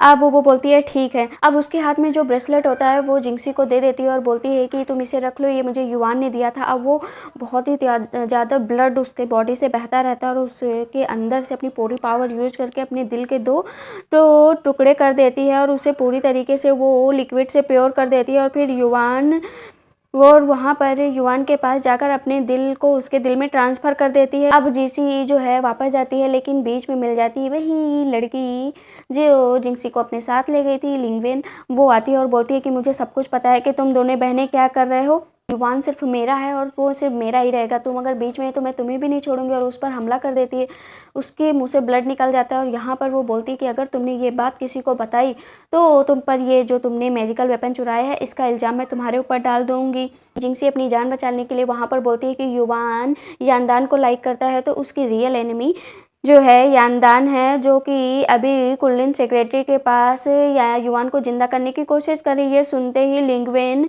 जिंक्सी सही कह रही है सोचकर यानदान को पहले ख़त्म करने का सोचकर वहाँ से जिसी को बख्श कर चली जाती है। जिंक्सी ने पूरी तरीके से यानदान को फंसा दिया था और इधर हम देखते हैं कि ये बात पूरे महल में फैल चुकी थी कि जिंक्सी ने वो वेपन चुरा लिया है जिससे हार्ट को शुद्ध किया जाता है। तो सारे सैनिक पीछे पड़ जाते हैं। इधर यानदान को भी पता चल जाता है कि उसकी बहन मुसीबत में है, तो वो उसका रूप धारण करती है और वहाँ पर जाकर वो जो उसने वेपन चुराया था वो उनको देती है और खुद जेल चली जाती है। जो 2 ड्रैगन शुरू में आए थे जिन्हें यानदान ने छुआ था तो उसे काट लिया था, बगल वाले तालाब में चले गए थे। तो यहाँ पर हम देखते हैं कि अभी ह्यूमन फॉर्म लेकर बाहर निकलते हैं तो बहुत खुश होते हैं, लेकिन उतने में यूमो भी बाहर आ जाता है। यूमो को देखकर जो वो दूसरे लड़के ने जो अभी अभी न्यू फॉर्म लिया है ह्यूमन का, वो उससे थोड़ा अकड़ में होता है और यूमो के पास जाकर उसका इंट्रोडक्शन लेने लगता है। लेकिन यूमो को अभी कुछ नहीं सूझ रहा था, उसे तो यानदान से मिलना था। तो वो क्या करता है, कहता है अभी रास्ते से हट जाओ। तो अभी उस लड़के को लग रहा होता है कि ये मेरे साथ बहुत एटीट्यूड दिखा रहा है, इसने मेरे सम्मान को ठेस पहुंचाई। तो वो दोनों लड़ने लगते हैं। अब जो लड़की होती है वो उन दोनों को दूर करने के लिए लड़ाई से अपना सोलमेट यूज करती है। जो सोलमेट लॉकेट होता है वो यूमो उसे खींच लेता है और वहाँ पर उसको हरा देता है जो लड़का होता है। अब जो लड़की होती है उसे तो एकदम पहली नज़र वाला ही यूमो से प्यार हो जाता है और बोलती है यही तो है मेरा सोलमेट, क्योंकि जो उसके हाथ में लॉकेट होता है सिर्फ उसका सोलमेट ही यूज कर सकता था। तो अब तो उसके पास एक बढ़िया सा चांस था कि हाँ ये उसका पक्का सोलमेट है। इधर हम देखते हैं कि लिवगिन को पता होता है कि यानदान जो है जीसी के भेष में पनिशमेंट करने आई है, तो अब वो उसे बहुत तेज झटके दे रही होती हैं। तो यानदान जो है युआन को इमेजिन करते हुए उससे बहुत ज़्यादा खुश रहे। इतना ज़्यादा टॉर्चर लिंगवेन ने उसे कर दिया था कि अब वो बिल्कुल वहीं पर बेहोश हो जाती है। ये बात तो लिंगवेन जानती ही थी। अब लिंगवेन सोची कि वैसे भी अभी भी ये जिंदा है, मरी नहीं, तो वो अपनी शक्ति यूज करके उसे मारने चलती। तभी तब यूमू वहाँ पर आता है और वो बोलता है कि तुम किसी का भी रूप ले लो, लेकिन मुझे पता चल जाएगा। अब उसे पता चल जाता है कि उसने अपने आधे दिल का टुकड़ा उसे निकाल कर दे देते हैं कि जिंक्सी भी ये सब दूर से देख रही होती है और वो समझ जाती है कि उसकी बहन ने अभी तक जो उसके साथ किया है उससे, चलो ठीक है मेरी बहन को यूमू प्रोटेक्ट कर लेगा, लेकिन मुझे कौन प्रोटेक्ट करेगा। तो वो तुरंत अपनी ही शक्ति से अपने आप को घायल कर लेती है। युआन को भी होश आ गया होता है, तो वो सबसे पहले पूछता है कि यांदान कहाँ पर है। तो जो दो सर्वेंट होते हैं वो बोलते हैं कि यांदान का तो पता नहीं है, लेकिन जिंक्सी ने अपने हार्ट का आधा टुकड़ा आपको दिया है जिससे उसने आपकी जान बचाई है। तो सर्वेंट्स उसको पूरी बातें बताते हैं। यहाँ पर युआन सोच में पड़ जाता है। वो बताता है कि पनिशमेंट की वजह से जख्मी हो गई। युआन होता है वो जाता है जिंक्सी के पास और उसको चेक करता है, तो उसको सच में कहीं ना कहीं एहसास होता है कि उसने अपना दिल सच में उसको निकाल कर दिया, क्योंकि वो बहुत ही वीक लग गई होती है। जिंक्सी को होश आ जाता है तो युआन उससे डायरेक्ट पूछ लेता है। जिंक्सी हाँ बोल देती है कि मैंने आपकी जान बचाई। तब युआन उससे और भी क्वेश्चन पूछता है। तब वो बोलता है कि तुम्हारी आवाज़ क्यों बदली हुई है। तब वो बोलती है कि वो उसके पास से भगा देगा, इसलिए उसने अपनी वॉइस चेंज कर ली थी। तब वो अपना जानबूझकर पर जिंक्सी अपना हाथ आगे बढ़ाती है और वो जो ब्रेसलेट युआन ने उसे दिया था वो दिखाती है। तब वो बोलती है कि ये भले ही टूट गया था, लेकिन मैंने इसको कैसे न कैसे करके जोड़ा है। तब युआन को पूरी तरीके से यकीन दिलाने की कोशिश करती। तब हम देखते हैं कि यांदान युआन से मिलने आती है। तब सारी परियों में ये बात फैल गई होती है कि जिंक्सी ने युआन की जान बचाई है। यांदान दूर से ये सब सुना करती है, जाती है और दो फेरी से पूछती है कि क्या सच में जिंक्सी ने ये कहा है। तो वो बोलती है हाँ। वो भागकर युआन के रूम में जाती है, देखती है कि जिंक्सी बात कर रही होती है। तो यांदान उन दोनों को साथ में देखती है तो उसके दिल पर और भी ज़्यादा चोट लग जाती है, क्योंकि वो बर्दाश्त ही नहीं कर पा रही होती है। यांदान वहाँ से भागती है तो युआन भी उसके पीछे आता है और उससे कहता है कि क्या हुआ, तुम इतनी वीक क्यों हो, और उसके ऊपर थोड़ी अपनी पावर यूज करता है। तो वो बोलती है नहीं ऐसा कुछ नहीं है, उसने सेलेस्टियल लॉर्ड को बचाने के लिए थोड़ी बहुत पावर यूज की थी, इसी वजह से उसकी ये हालत हो। सारी बातें छुपा रही होती है युआन से। तो युआन बोलता है अच्छा तो ये बात है। तो बोलती है हाँ। तब वो बोलता है कि अच्छा तुम ये बताओ, जब मैं ठीक हो गया तो तुम मुझसे मिलने क्यों नहीं आई। तो वो बोलती है कि मैं तुमसे मिलने क्यों आई, मैं ऐसे ही खुश हूँ, तुम तो पृथ्वी पर चले गए थे ना, तो मैं बहुत ही खुश थी कि मुझे कोई परेशान करने वाला नहीं है। युआन उसकी तरफ देखता रहता है तो वो यांदान अपना मुंह पीछे कर लेती है और खूब तेज से रोने लगती है। ये तब वो बोलता है कि ये जिंक्सी ने क्या तुम्हें हार्ट वाली बात बताई थी। तो बोलती है अपनी बहन को वो बचाने के लिए वहाँ पर सारा झूठ बोल देती है कि मेरी बहन को कुछ नहीं पता था, उसने ही सब कुछ किया है। तब कहीं ना कहीं अब युआन को पूरा शक हो जाता है कि जिंक्सी ने इसकी जगह ले ली। मन ही मन सोचता है कि वो जिंक्सी से उसके मुंह से ही ये सच उगलाएगा और यांदान की तरफ प्यार से हाथ बढ़ाने चलता है। तभी वहाँ पर जिंक्सी आ जाती है। जिंक्सी को आया देखकर युआन वहाँ से चला जाता है। तब यांदान जिंक्सी से पूछती है कि तुमने मुझे धोखा क्यों दिया, तुमने मेरी जगह क्यों ली। तब जिंक्सी जो है आधा झूठ बताती है और बोलती है कि लिंग्विन उसके पीछे पड़ी है, उसने बोला है कि अगर जो मैंने वो वेपन चुराया था उसकी वजह से वो मुझे मार देगी और मुझे फंसा देगी। और तब मैं उससे बचने के लिए भाग रही थी, तभी पता नहीं मेरी जब आँख खुली तो युआन मेरे सामने बैठा था। मेरे पास कोई रास्ता भी तो नहीं था कि मैं क्या करूँ, तो मैंने उससे बचने के लिए युआन के सामने झूठ बोल दिया। अब यहाँ पर यांदान मन ही मन सोचती है कि उसने युआन से सिर्फ एक प्रॉमिस लिया था कि जब भी उसकी आंखों की रोशनी आ जाए क्या उसे पहचान लेगी। उसने वो भी प्रॉमिस नहीं पूरा किया और वो बहुत उदास होती है। पास सबसे पहले जहाँ पर वो अपनी जो वॉर की बुक थी जो उसे कमांडर को कभी नहीं देना था वो उसे दे देता है और बोलता है कि इसके बदले उसे कुछ ऐसी चीज़ चाहिए जो वो स्ट्रेंथ देती है। मतलब वो इसलिए चाहता था ताकि वो यांदान को स्ट्रेंथ दे सके जब उसे सज़ा दी जा रही होगी। अब यहाँ पर डील तो फाइनल हो गई होती है। उसके बाद युआन जाता है यांदान से मिलने इनविजिबल होकर और बहुत ही ज़्यादा रो रहा होता है और मन ही मन उससे माफ़ी मांग रहा होता है। उसे छूने जाता है तब तक उसकी यांदान की आंखें खुल जाती है और वो इधर उधर देखती है। उसे बस महसूस होता है कि उसके अगल बगल तो कोई है, कोई दिखता नहीं है। फिर अब पनिशमेंट का डे भी आ जाता है जो बहुत ज़्यादा ही दुखी था। युआन उसे खुद लेने आता है, उसकी हथकड़ियाँ हटा देता है जहाँ पर लिंग्विन भी खड़ी होती है और बोलती है कि आप ये सही नहीं कर रहे हैं, अपने साथ लेकर चले जाता है। यहाँ पर यांदान उससे कहती है कि युआन अगर मुझे दूसरों से कोई फ़र्क नहीं पड़ता, लेकिन अगर तुम मुझ पर ज़रा से भी यकीन करते हो ना मैं खुशी खुशी मर जाऊँगी। लेकिन अब कितने गार्ड्स खड़े थे तो वहाँ पर वो कुछ कह नहीं सकता था, पर वो झूठ बोलता है कि देखो हेवनली रूल सबसे ऊपर है। बोलता है कि तुम्हें पता है कि हेवन में प्यार करना क्राइम है। तब इस पर यहाँ पर वो एकदम सच बोल देती है यांदान की देखो जो भी नियम कानून है मैं नहीं जानती हूँ, लेकिन मैं तुमसे सच में प्यार करने लगी हूँ। सैनिक उस पर अटैक करने वाले होते तभी युआन कहता है कि यानदान अपना मुंह बंद रखो। तब यानदान उससे बार बार पूछती रहती है क्या तुम मुझसे प्यार नहीं करते हो, क्या तुम मुझसे प्यार नहीं करते हो। युवान पीछे मुँह कर लेता है क्योंकि वो उसको ऐसी हालत में देख ही नहीं पा रहा था। यानदान बार बार पूछी जा रही थी कि तुम बताओ क्या तुम मुझे प्यार करते हो या नहीं। मतलब वो बोल ही नहीं रहा था और वो बोलती है ठीक है, अगर तुम मुझे प्यार नहीं भी करते हो मैं ऐसे ही अपनी ज़िंदगी गुजार लूँगी। और ये कहते कहते वो नीचे कूद जाती है और युवान को पता भी नहीं चलता कि वो कब कूद गई। जब वो पीछे मुड़ता है तो वो कहता है पागल लड़की, अब वो भी साथ में नीचे कूद जाता है।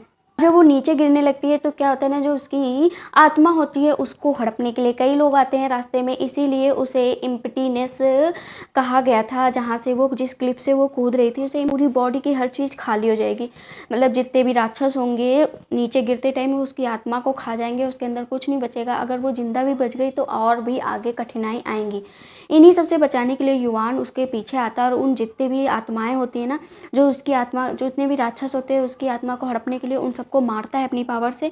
ऐसे में दोनों बहुत ही ज़्यादा घायल हो जाते हैं। यानदान को युवान पकड़ लेता है और फिर नीचे लाता है और यहाँ पर युवान बिना कुछ देर के उसको सारी बातें बता देता है कि वो उसे पहचान गया है और लिंग्वेन की बात भी वो जानता है और ये भी जानता है कि तुम पूरी तरीके से इनोसेंट हो।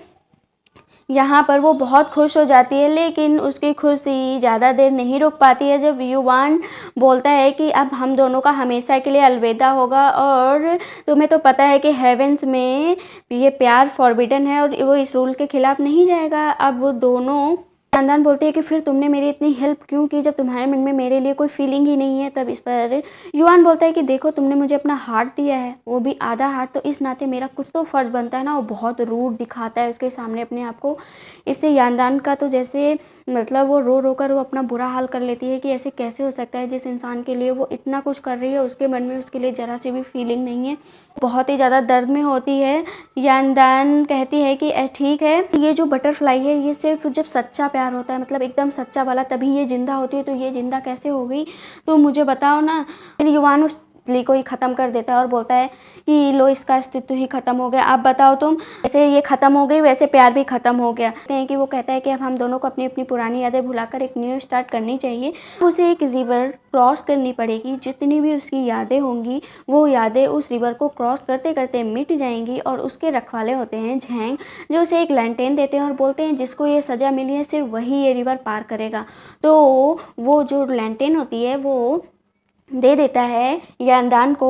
तब तुम्हारे अंदर मेमोरी है तब तक ये लैंटेन जलता रहेगा, जैसे ही तुम्हारी मेमोरी पूरी ख़त्म हो जाएंगी ये लैंटेन अपने आप बुझ जाएगा।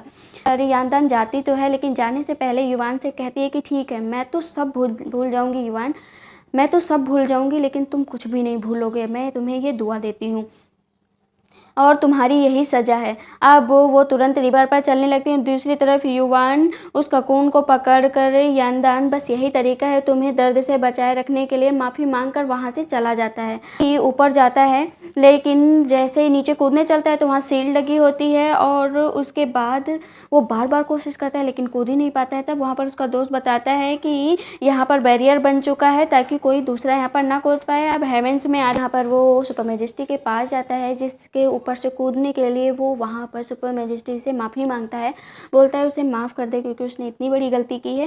और यहाँ पर क्योंकि सुपर मैजेस्टी युवान को कहीं ना कहीं प्यार करते हैं तो थोड़ा बहुत चिल्लाते हैं, उसके बाद थोड़ी देर बाद माफ़ कर देते हैं। लेकिन युवान कहाँ मानने वाला था, वो बोलता है कि उसे सज़ा दी जानी चाहिए क्योंकि उसने बहुत ही बड़ा क्राइम किया है। तो अब उसे बैरियर में ले जाया जाता है जहाँ पर जब भी कोई बहुत ही बड़ा क्राइम करता है उसे वहाँ पर सज़ा दी जाती है, जैसे प्यार करने वाले को। तो जब वहाँ पर उसे ले जाया जाता है हेवनली क्राइम के पास वहाँ पर, तो वहाँ पर युवान बिना देर किए एक्सेप्ट कर लेता है कि वो उसे बहुत ही कठोर सज़ा दी जानी चाहिए, जो सज़ा हर कैदी को मिलती है जो प्यार करता है, क्योंकि मैंने भी प्यार करने जैसा बहुत ही बड़ा कठोर क्राइम किया है।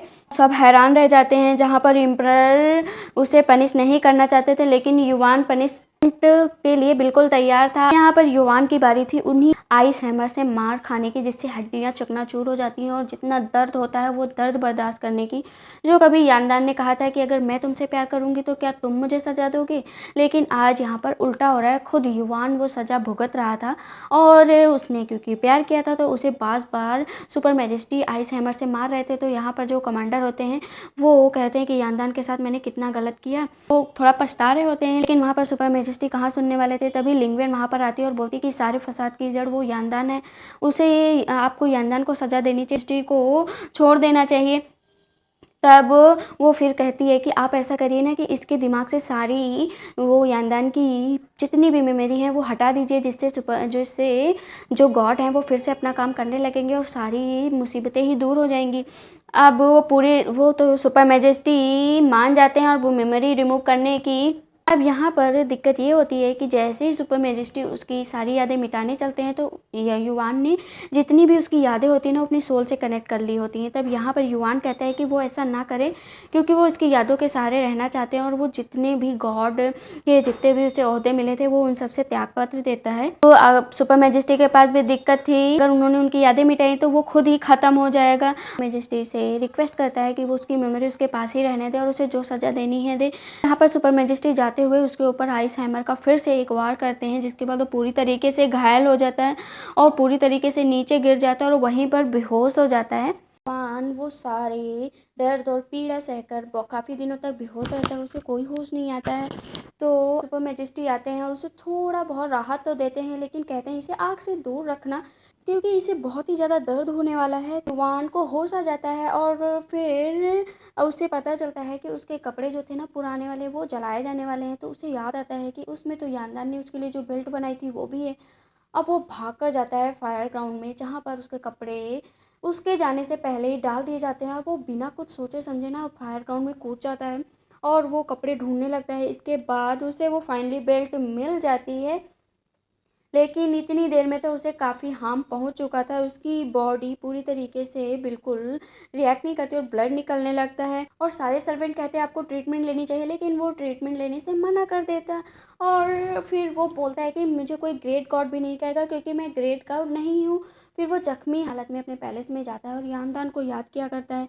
जो यूमू होता है ना वो पानी से एक बहुत ही बड़ा गुबार टाइप बनाता है जिससे वो युवान पर हमला करने वाला होता है। तभी उसका दोस्त आता है और बोलता है कि युवान तो कभी उसे सज़ा देना ही नहीं चाहता था, वो तो उसको बचाने के लिए उसने बहुत ऐसे कष्ट सहे हैं जो कोई नहीं सह सकता है, लेकिन यूमो को कहाँ सुकून मिलने वाला था। तो अब उसका दोस्त बताता है कि तुम्हें पता है वो पृथ्वी पर चली गई है, तो तुम्हें ये रास्ता ढूंढना चाहिए कि तुम पृथ्वी पर जाओ और उसको ढूंढो।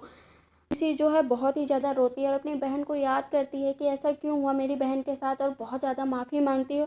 और फिर जहाँ पर विशेष मांगी जाती है वहाँ पर वो अपनी यानदान के लिए विशेष मांगती है। अब लिंगवेन वहाँ पर आ जाती है और फिर उसे टॉन्ट मारने लगती है कि तुम पहले तो अपनी बहन को फंसाती हो फिर उसी के लिए दुआ मांगती हो, ऐसा तो मैंने बहुत कम ही देखा है। वो फिर जाते समय जानबूझकर जो वो लिटिल स्टार वो जो स्टार भर के लाई थी ना वो बॉक्स तोड़ देती है। तो वो जिंक्सी यहाँ पर कसम खाती है कि वो उसको इंसाफ वो यानदान को इंसाफ दिला कर ही रहेगी। अब हम देखते हैं कि आगे जो लिंगविन होती है वो अपनी सर्वेंट को बुलाती है और कहती है कि जाओ तुम वो रजिस्टर लेकर आओ जहाँ पर पृथ्वी पर जाने वाले लोगों की लिस्ट तैयार की जाती है और मुझे उन सबका नाम चाहिए। अब हम देखते हैं कि जिंक्सी नेक्स्ट डे वो रजिस्टर लेकर युवान के पास जाती है और बोलती है कि वो सही सलामत पृथ्वी पर पहुंच गई है। ये सुनकर युवान खुश होता है कि चलो फाइनली कुछ तो अच्छा हुआ और अपनी खुशी जाहिर बिल्कुल भी नहीं करता और जिंक्सी को वहाँ से जाने के लिए कह देता है। जावलान जो होती है ना उसके लिए खाना लेकर आती है। वो बहुत ही ज़्यादा बीमार हो जाता है और अपने आप को अधमरा कर लेता है। वो हैरान रह जाती है क्योंकि उसने अपना एक सींग निकाल दिया होता है, की वजह से उस सींग में इतनी ताकत होती है कि जिसकी वजह से वो पृथ्वी पर जा सकता है। अब उसके पास एक ही रास्ता था तो वो अपने आप को अधमरी हालत में पृथ्वी पर जाने के लिए तैयार करता है। उसके पास एक ही रास्ता होता है कि वो जो उसके साथ जो उसका दोस्त है उसके साथ वो शादी कर ले जिससे उसकी इंगेजमेंट बचपन में ही हो गई थी। तो वो सुपर मैजेस्टी के पास जाती है और वहाँ पर बोलती है कि वो जो है शादी करना चाहती है। अब सुपर मैजेस्टी बहुत ही खुश हो जाते हैं। यहाँ पर एक पार्टी रखते हैं। अब यहाँ पर जावलन जो होती है ना वो उसके लिए जो एक पिल मांगती है जिसमें बहुत ही ज़्यादा पावर होती है। वो खुशी खुशी उसको पिल दे देते हैं सुपर मैजेस्टी। अब वो जाती है और मरमन को वो पिल देती है और बोलती है यूमो को दे देना।